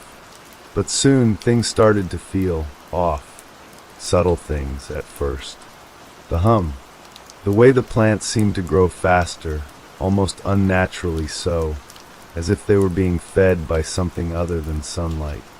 At night, when the moon hung low in the sky, the garden took on a strange, almost glowing quality, the flowers and vines casting long, jagged shadows across the yard. It was on the third night that Kyle first noticed something truly wrong. He had been in the basement, organizing old boxes of family heirlooms and things they had inherited with the house. As he was about to head upstairs, he heard something, an odd, creaking noise, like something heavy being dragged across the floor. He paused, standing still in the darkness. It wasn't coming from the basement, but from the yard. Curiosity got the better of him, and he walked upstairs, then out the back door into the garden. The cool night air bit at his skin as he stood at the edge of the garden, his eyes scanning the dark, twisted rows of flowers and vines. At first, he thought it was just the wind moving the branches of the trees. But then he saw it. A figure, thin and ghostly, was standing in the middle of the garden, bathed in the eerie glow of the plants. It wasn't moving, but there was something about it that felt wrong, something unnatural. His heart pounded as he stepped closer, the hairs on the back of his neck standing on end. It was then that he realized what it was, an outline of a person, but not quite. The figure seemed to flicker, as though it wasn't entirely there, and the edges of its form blurred into the air around it. Its eyes glowed, empty and hollow, like black holes that devoured the light. Before he could call out, the figure vanished into the garden, swallowed up by the dark mass of vines and flowers. Kyle staggered backward, his breath coming in ragged gasps. He turned and ran back inside the house, slamming the door behind him. "Olivia!" he shouted, rushing up the stairs to find his wife. "Olivia, something's wrong with the garden. There's something out there." Olivia looked up from the kitchen, startled by the panic in his voice. "Kyle, calm down. What are you talking about?" "There's something in the garden," he said, voice shaking. "Something alive. And it's not human." Olivia frowned, skeptical. "You're just tired. You probably saw a shadow, or maybe a trick of the light. The garden's strange, sure, but—" "No!" Kyle interrupted, his voice desperate. "You don't understand. There was something out there. It wasn't human." But Olivia's gaze shifted, and for the first time, Kyle noticed the look in her eyes, the same unease that had been gnawing at him for days. She had been hearing it too. The hum, the noise that seemed to come from nowhere, filling the house late at night. The air in the house had been growing thick with something unnatural, and now she realized it was all connected. The garden, the hum, the presence that neither of them could quite grasp. They spent the rest of the night researching the history of the house, digging through old records and town archives, but found little. There was no mention of anything strange in Blackwood, just the usual stories about families moving in and out over the decades. But the deeper they dug, the more they felt the pull of something dark, something that had been buried in the past, waiting for the right moment to resurface. By the following evening, the garden had grown again. The vines had crept toward the house, curling around the foundation like long fingers reaching for the home. They had no choice. They had to leave. But the garden wasn't done yet. As they prepared to pack their things, the ground beneath them shook. The walls of the house groaned as if they were alive, and the garden surged forward, faster, more aggressive now, bursting through the windows and doors of the house. Vines wrapped around their legs, pulling them toward the open door, dragging them outside. Screaming, Kyle and Olivia struggled to break free, but it was no use. The garden was everywhere now. The vines reached for them, pulled them toward the earth, twisting and contorting as if they had a mind of their own. The last thing Kyle saw before he disappeared into the earth was the face of his wife, her eyes wide with fear and disbelief. And then everything went black. The house on Rose Avenue was empty now. The garden had claimed its latest victims, and the cycle would continue. Blackwood had a secret, one that had been waiting for the right family to feed it, and as long as the garden remained, it would never be satisfied. As time passed, the neighborhood around Blackwood continued to change, but not in ways people could understand. New families moved in, drawn to the charm of the old homes and the suburban dream, but they never stayed for long. A few weeks here, a few months there, and then they would disappear, leaving only empty houses and rumors behind. The garden, of course, was always there, silent, sprawling, and eternal. Its reach extended far beyond the Devereaux house, seeping into other lawns, creeping along fences, wrapping around light posts and mailboxes, until it seemed to cover the entire neighborhood. No one could see it, not in its true form, not unless they knew what to look for. The latest family to move into Blackwood was the Andersons, a young couple, Rachel and Mark, with a small child, Lily. They had heard the rumors, of course, who hadn't? But they dismissed them as the overactive imaginations of superstitious old folks. After all, the town was quiet, peaceful, and picturesque. A perfect place to raise a family, far away from the bustle of the city. They didn't mind the old stories about missing people or the hushed whispers about the garden. To them, It was all just part of the charm of living in a historic neighborhood. Their house sat 2 doors down from the Devereaux', a charming Victorian with faded blue shutters and a sloping roof. The Andersons quickly fell into their new routine, unpacking boxes, decorating the house, and exploring the neighborhood. But soon Mark noticed something odd. It wasn't the garden itself, not at first. It was something more subtle. It was the way the neighborhood seemed to change when no one was looking. It was the way the sun would seem to set a little too quickly, casting shadows that seemed longer than they should be. It was the way the air felt heavy, as if it was always on the verge of a storm, even when the skies were clear. Mark didn't want to admit it, but he felt a constant unease, a nagging sensation that something was wrong with this place. Rachel, too, began to sense it, though she tried to push it aside. She would often find herself standing at the kitchen window, staring out at the garden, unable to look away. The plants were strangely beautiful, almost hypnotic, but there was something in their symmetry, something in their quiet, deliberate growth that unsettled her. Then came the first incident. One evening, as the family settled in for dinner, a sharp knock at the door startled them. Mark opened it to find an older woman standing on the porch, her expression grim. "I'm Mrs. Warren," she said, her voice low and rough. "I used to live in this neighborhood a long time ago." Mark didn't recognize her, but there was something in her eyes, something desperate, that made him hesitate before speaking. I've heard you've moved into the house on Rose Avenue," Mrs. Warren continued, glancing nervously over her shoulder, as if she were being watched. "I need to warn you. You have to leave. Leave now, before it's too late." Rachel stepped forward, concern etched on her face. "What do you mean? What's going on?" The woman swallowed hard, her hands trembling. "It's the garden. It's not what you think. It's not natural. People who live here, they disappear. And the garden gets stronger. It feeds off of them." Mark frowned, stepping back. "I think you've got the wrong idea. We're fine, really. There's nothing." "No." Mrs. Warren cut him off, grabbing his sleeve with a surprising strength. "You don't understand. The garden, whatever it is, doesn't stop. It pulls you in.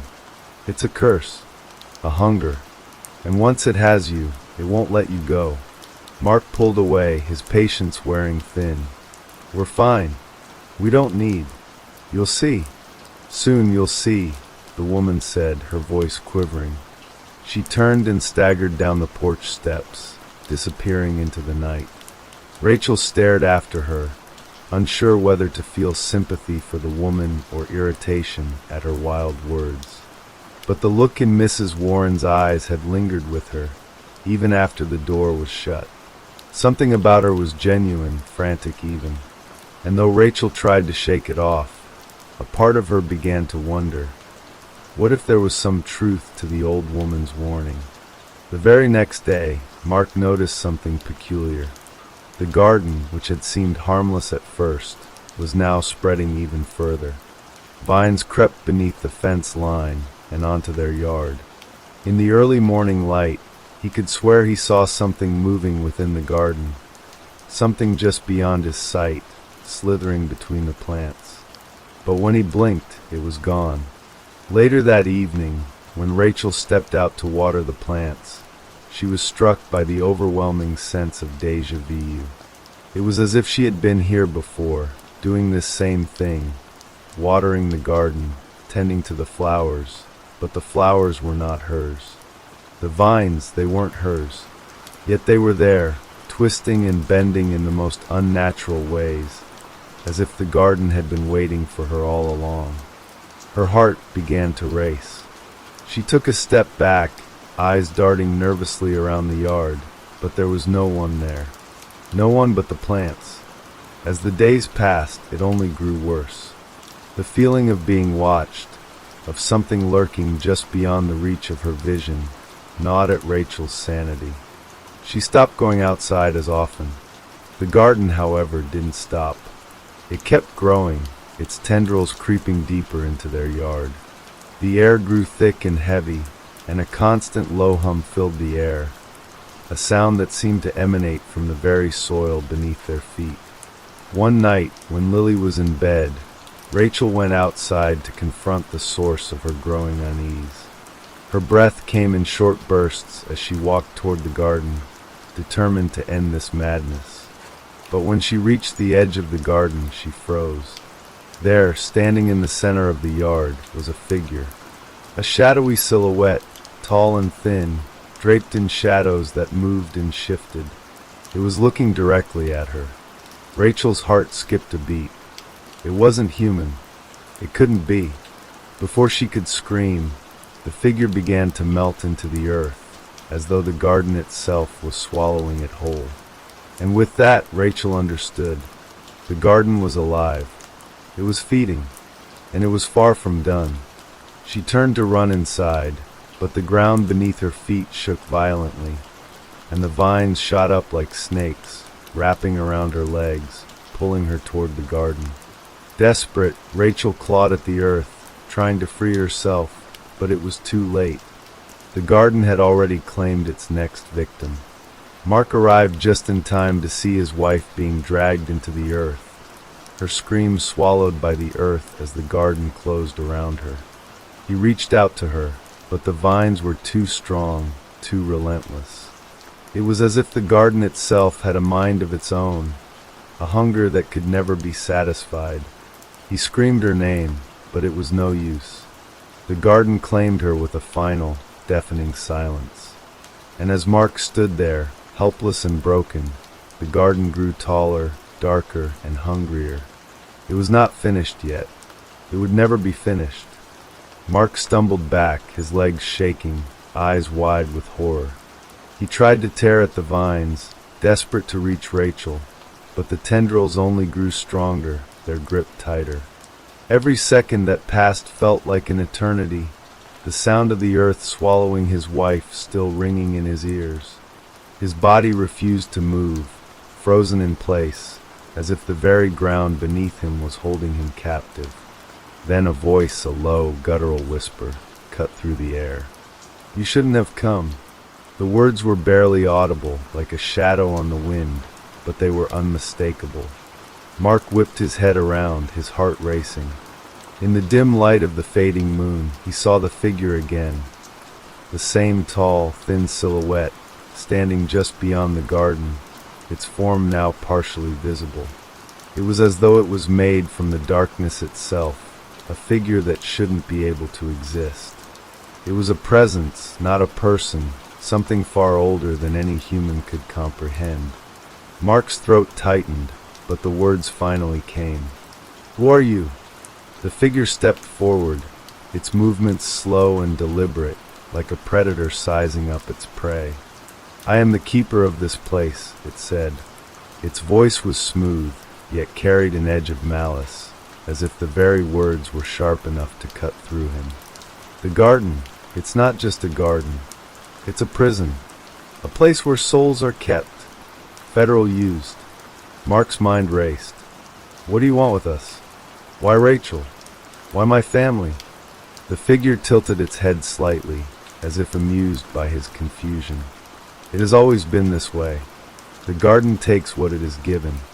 It feeds on the living and the dead, growing stronger with every life it claims. You see, it's not just about the plants. It's about the souls, their energy, their fear. It keeps them here, feeding on them, feeding on everything they were. And now, you're a part of it, Mark." A chill ran through his body as the figure continued. "You didn't listen, did you? You didn't heed the warnings. You thought you could control it, tame it. But there's no taming the garden. It doesn't work that way." Mark's mind spun. "But there's got to be a way to stop this. I won't let you take me or Lily. I won't let you have my family." The figure's face, if it could be called a face, seemed to shift and flicker in the moonlight, as though it were made of shadows and fog. The edges of its form were unclear, undefined. "There's no escaping it. Once you've seen the garden for what it truly is, you belong to it. Forever. Suddenly, the ground trembled again.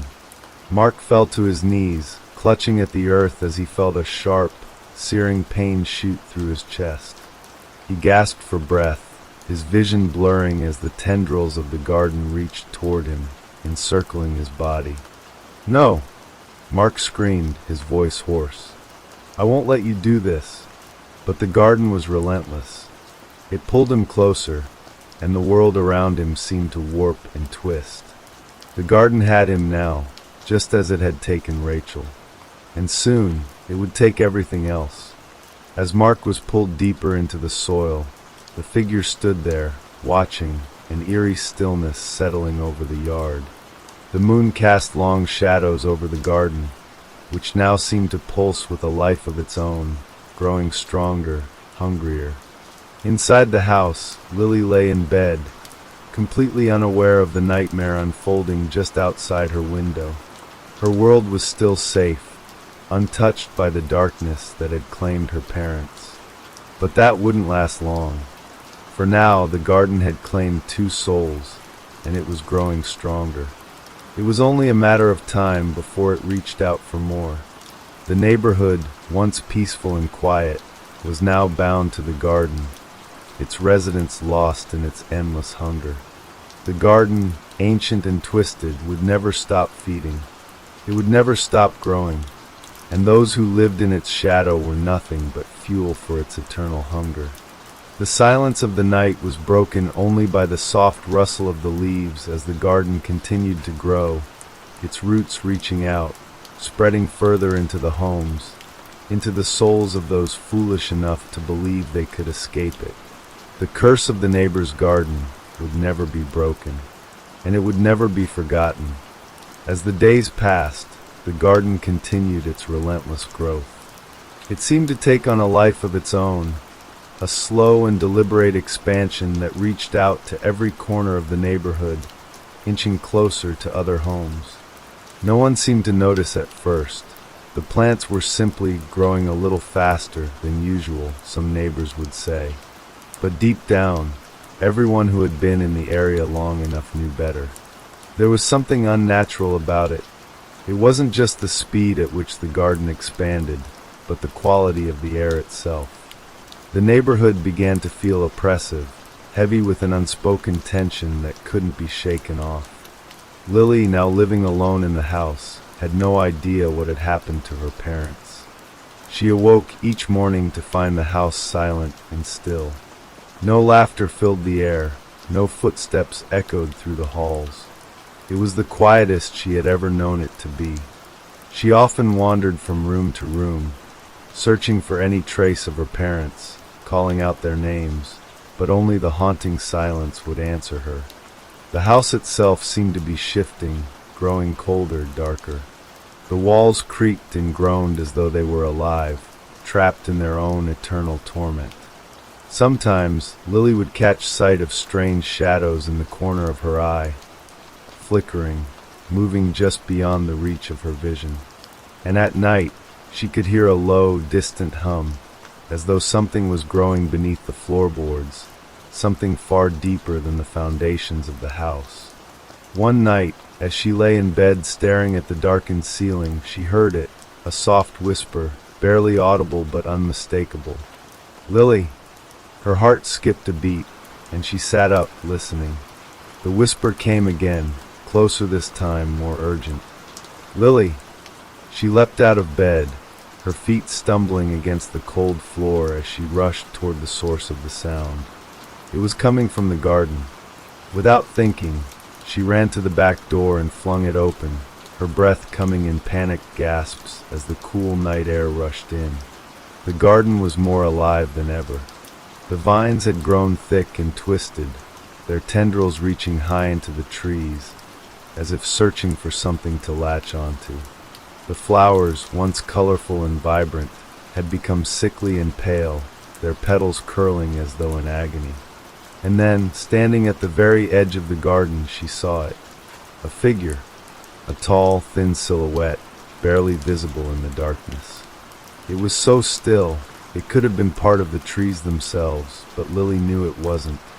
She had seen that shape before, in the dreams that had haunted her for weeks. "Mom," she whispered, her voice trembling. The figure didn't move, didn't respond. It was as if it was waiting for something. A sudden chill ran down Lily's spine as the air around her seemed to grow thick, suffocating. The figure in the garden didn't look like her mother. It was something else, something wrong. The shadows around it swirled, distorting the shape, making it seem less human, more like a part of the garden itself.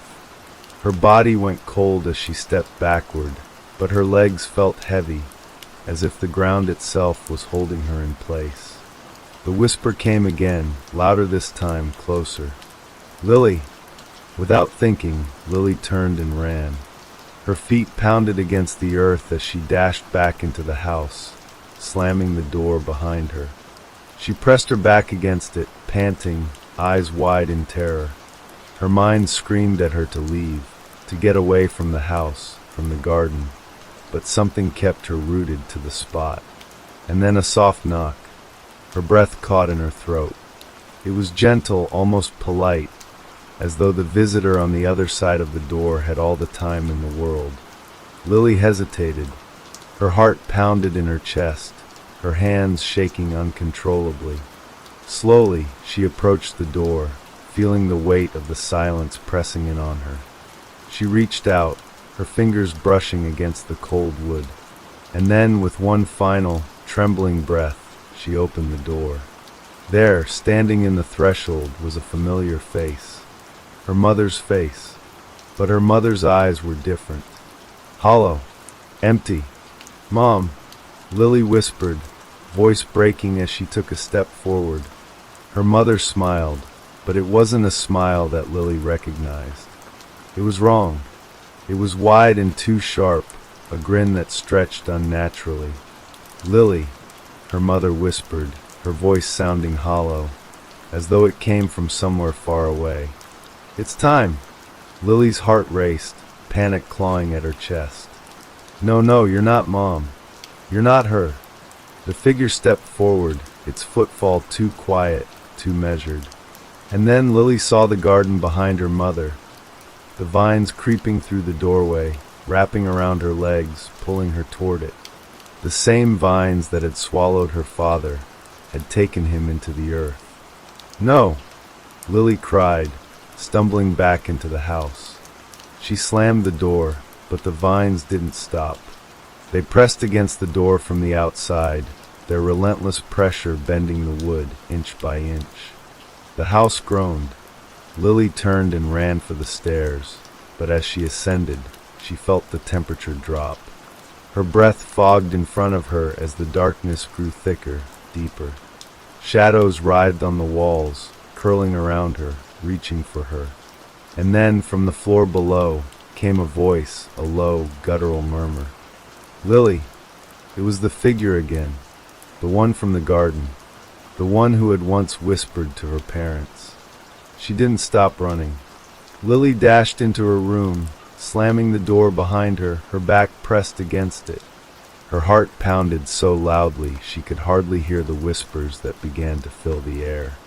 But she knew, without a doubt, they were coming for her. The garden had claimed her parents, and now it was coming for her.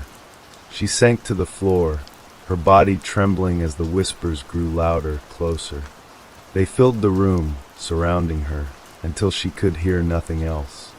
And then, in the silence between the whispers, she heard it, the low hum, the hum of the garden. It was alive, and it would never stop. Lily closed her eyes, her hands pressed to her ears, but she couldn't escape it. The garden's hunger would never be satisfied. It would claim her, just as it had claimed so many before her. And the cycle would continue, forever. Lily's breath quickened as the room began to feel smaller, colder, suffocating. The whispers swirled around her, surrounding her like a dark cloud, each word like a knife cutting through her thoughts. Her vision blurred as the shadows seemed to deepen, forming shapes that loomed in the corners of the room, just out of focus. but Lily knew they were there, watching, waiting. She crawled toward her bed, her hands trembling as she reached for the drawer under it, pulling out a small, worn book, her mother's journal. The journal had always been a source of comfort for her in her youth, filled with stories and memories. But tonight, it felt like the only thing she had left that could anchor her to the real world. She flipped it open, scanning the pages for any clue, any sign of what was happening. But there was nothing except a strange set of drawings, hastily sketched with a shaking hand. They were of the garden, the vines, the flowers, and the twisted shape of something beneath the soil.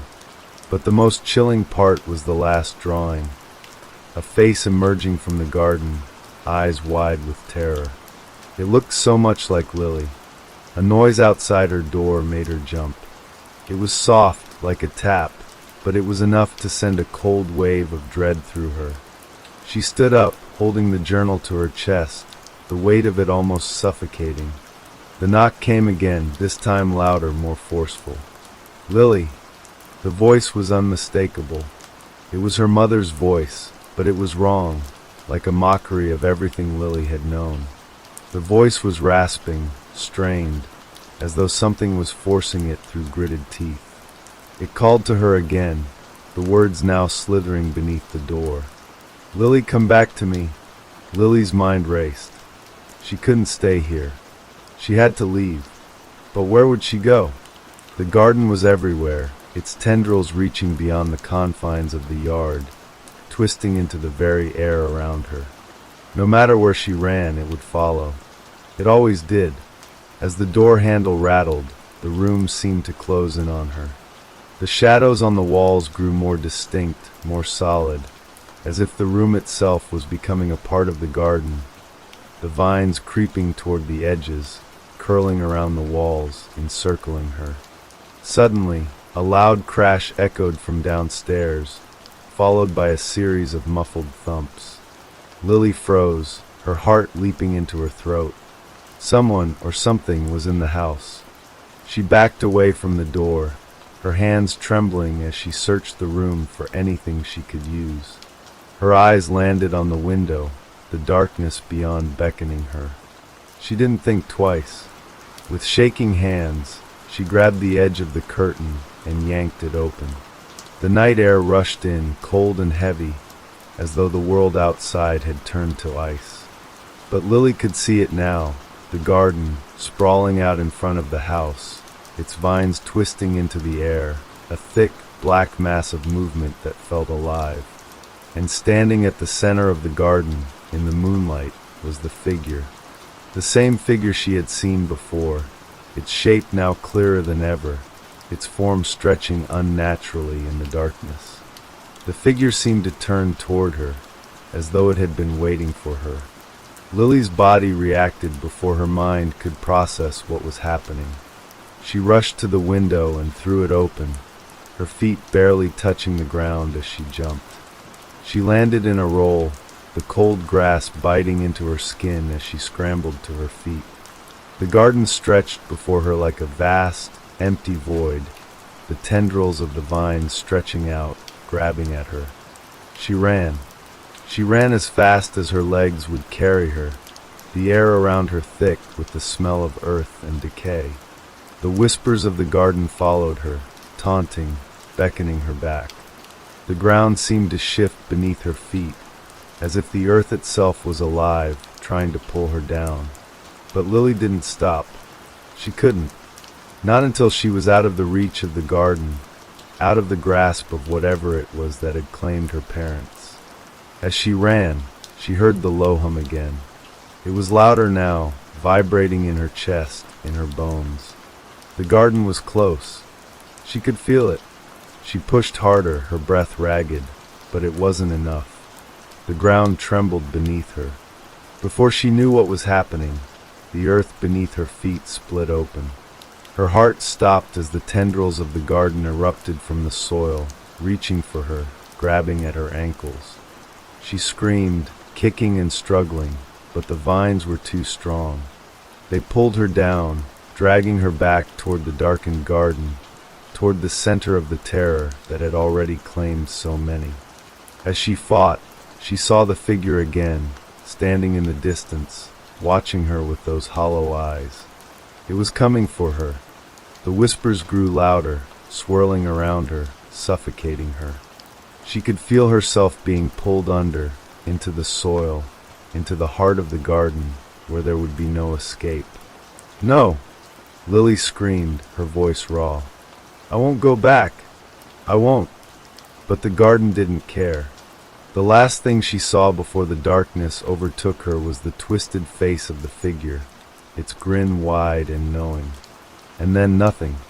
The next morning, the neighborhood appeared as if nothing had happened. The houses stood in perfect rows, the lawns neatly manicured, the sun shining brightly in the sky. The air felt normal, calm, deceptively so. But for those who knew the truth of the garden, things were far from normal. No one knew exactly what had happened to Lily. No one knew what happened to her parents. But those who had lived in the neighborhood for long enough began to feel it. An unease, a coldness in the air that never seemed to go away. And as the garden continued to grow, its roots stretching deeper into the earth, its hunger insatiable, the whispers never stopped. They would never stop, not until the garden had claimed every last soul. The whispers carried on through the winds, curling around the neighborhood like a constant presence, an unshakable weight in the air. As time passed, the once pristine neighborhood began to show signs of change. What had been a quiet, tight-knit community now felt fragmented, a hollow shell of its former self. Neighbors no longer greeted each other in the streets. The air had grown thick, oppressive, and the feeling of dread was palpable, lurking in every corner. Lily's disappearance became the subject of hushed conversations, of rumors passed between those who still dared to speak of the curse that had begun with the garden. Some claimed they had seen strange figures wandering near the property where the house once stood. Others swore they could hear faint whispers in the wind, voices calling from the depths of the earth. And yet, no one dared investigate further. The terror that had taken hold of the town was more powerful than curiosity, more potent than the desire for answers. The garden, meanwhile, continued to spread, its tendrils creeping slowly but steadily across the lawns, around fences, and even into neighboring yards. The once beautiful flowers that had adorned the garden now stood twisted and decayed, their petals dark and withered, yet still pulsing with a strange, eerie life. The vines had a life of their own, snaking across fences and trees, clawing their way to every corner of the neighborhood. People began to avoid the area altogether, but it was no use. The garden's influence was undeniable. Those who lived closest to it found themselves increasingly disturbed by strange occurrences.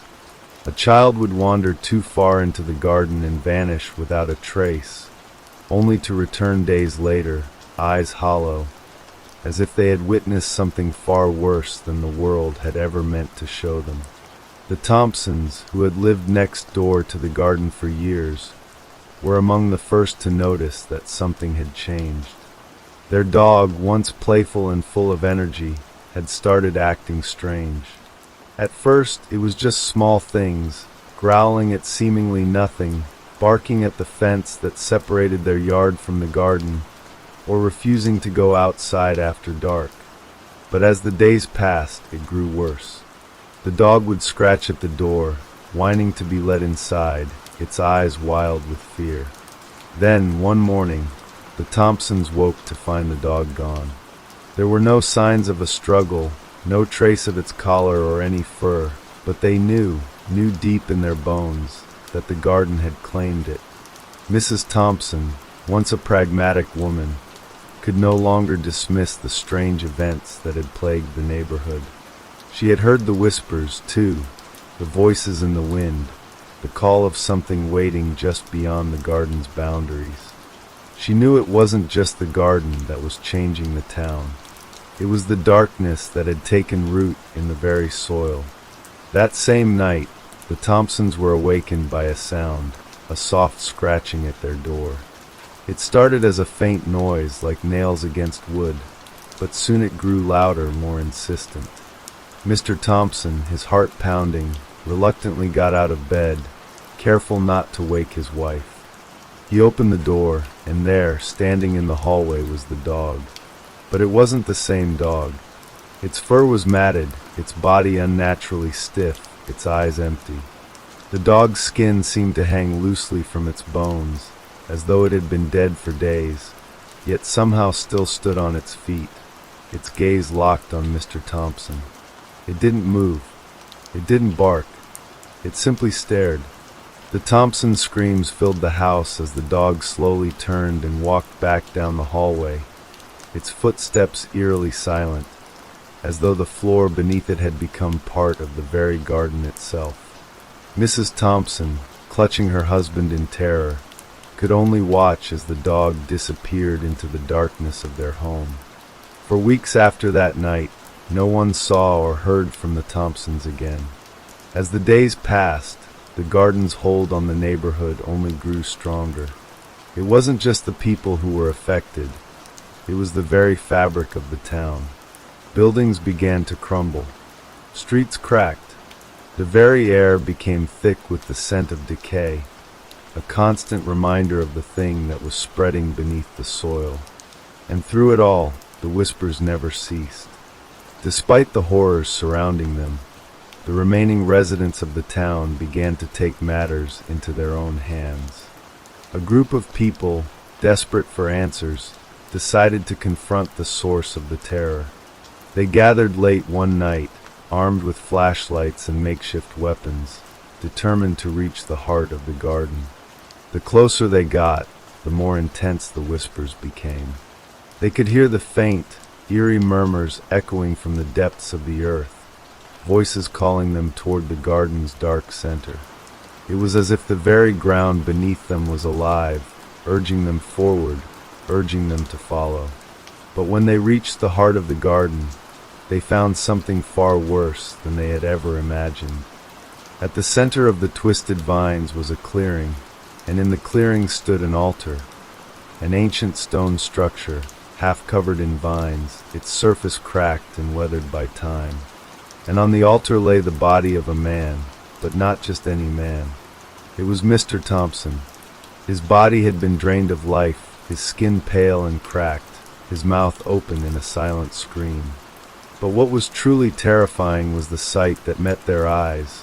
The vines, thick and black, were coiling around him, burrowing deep into his chest, as though the garden itself was feeding on him. The air grew heavy, thick with the stench of rot as the group stood frozen in place, unable to look away.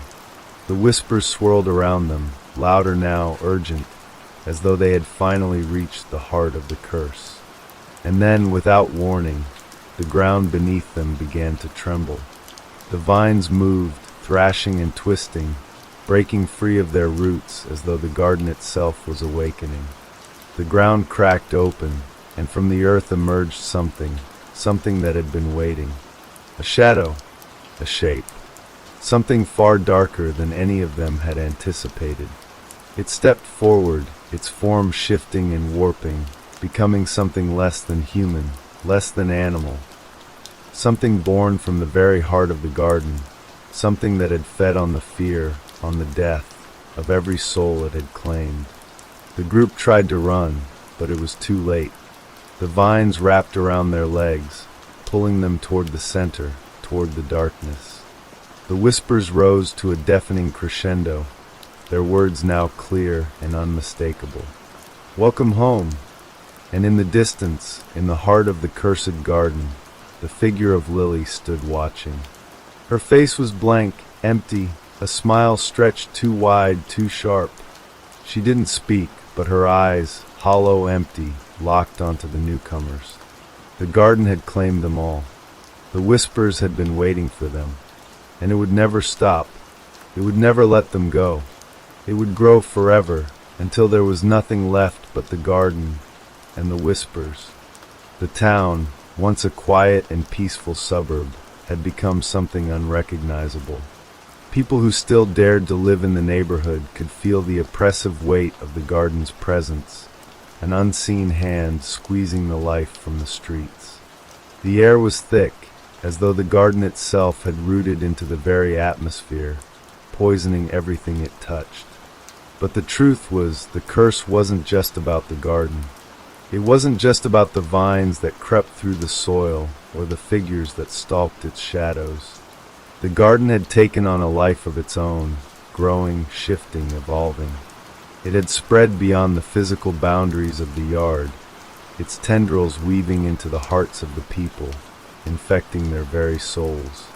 It had become a part of them, and for those who still lived in the town, the terror was never ending. The whispers were always there. They seeped into their dreams, curling into their thoughts, pushing them toward madness. No one could escape. There was one family that still held out hope. The Carters, who had moved into the neighborhood just months before the events began to unfold, were oblivious to the horror lurking just beyond their doorstep. They had come seeking a new life, a fresh start away from the bustle of the city, only to find themselves trapped in the grip of something far darker than they had ever imagined. It began slowly. At first, they noticed the subtle changes, how the sun seemed to set just a little earlier, how the once perfect lawn grew patches of brown and withered flowers. But it wasn't until their son, Timmy, began talking about the garden man that they started to feel the unease creeping in. Timmy, who had always been a quiet child, started to change. He became withdrawn, his bright, innocent eyes growing shadowed, filled with fear. He would sit by the window for hours, staring at the garden, his small fingers pressed to the glass as he whispered to something only he could see. One evening, Mrs. Carter found Timmy standing by the window, his back to her, his face pale and slack. His lips moved, but no sound came out, as though he were speaking to someone on the other side of the glass. When she called his name, he turned slowly, his eyes blank, his face devoid of expression. "Mom," Timmy whispered, his voice eerily calm. "He's here. He's watching." Terrified, Mrs. Carter rushed to her son's side, but Timmy didn't seem to notice her presence. He continued to stare at the garden, his eyes fixed on something in the distance. Something that wasn't there, but Mrs. Carter could feel it, the presence. It was watching her too. The days that followed were a blur of restless nights and strange occurrences. The house, once warm and full of life, began to feel cold and hollow. Mrs. Carter would hear footsteps in the hall at night, the sound of someone moving quietly just outside her door.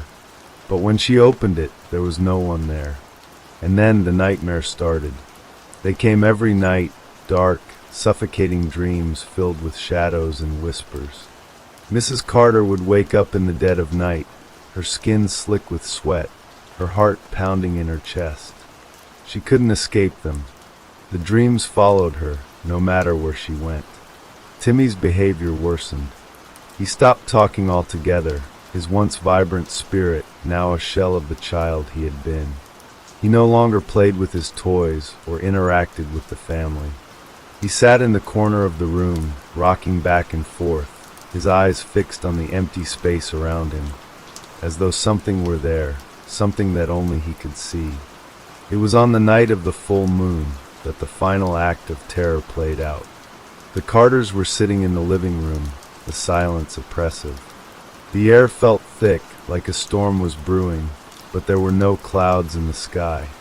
Mrs. Carter couldn't shake the feeling that something was wrong, something in the air, something just beyond her reach.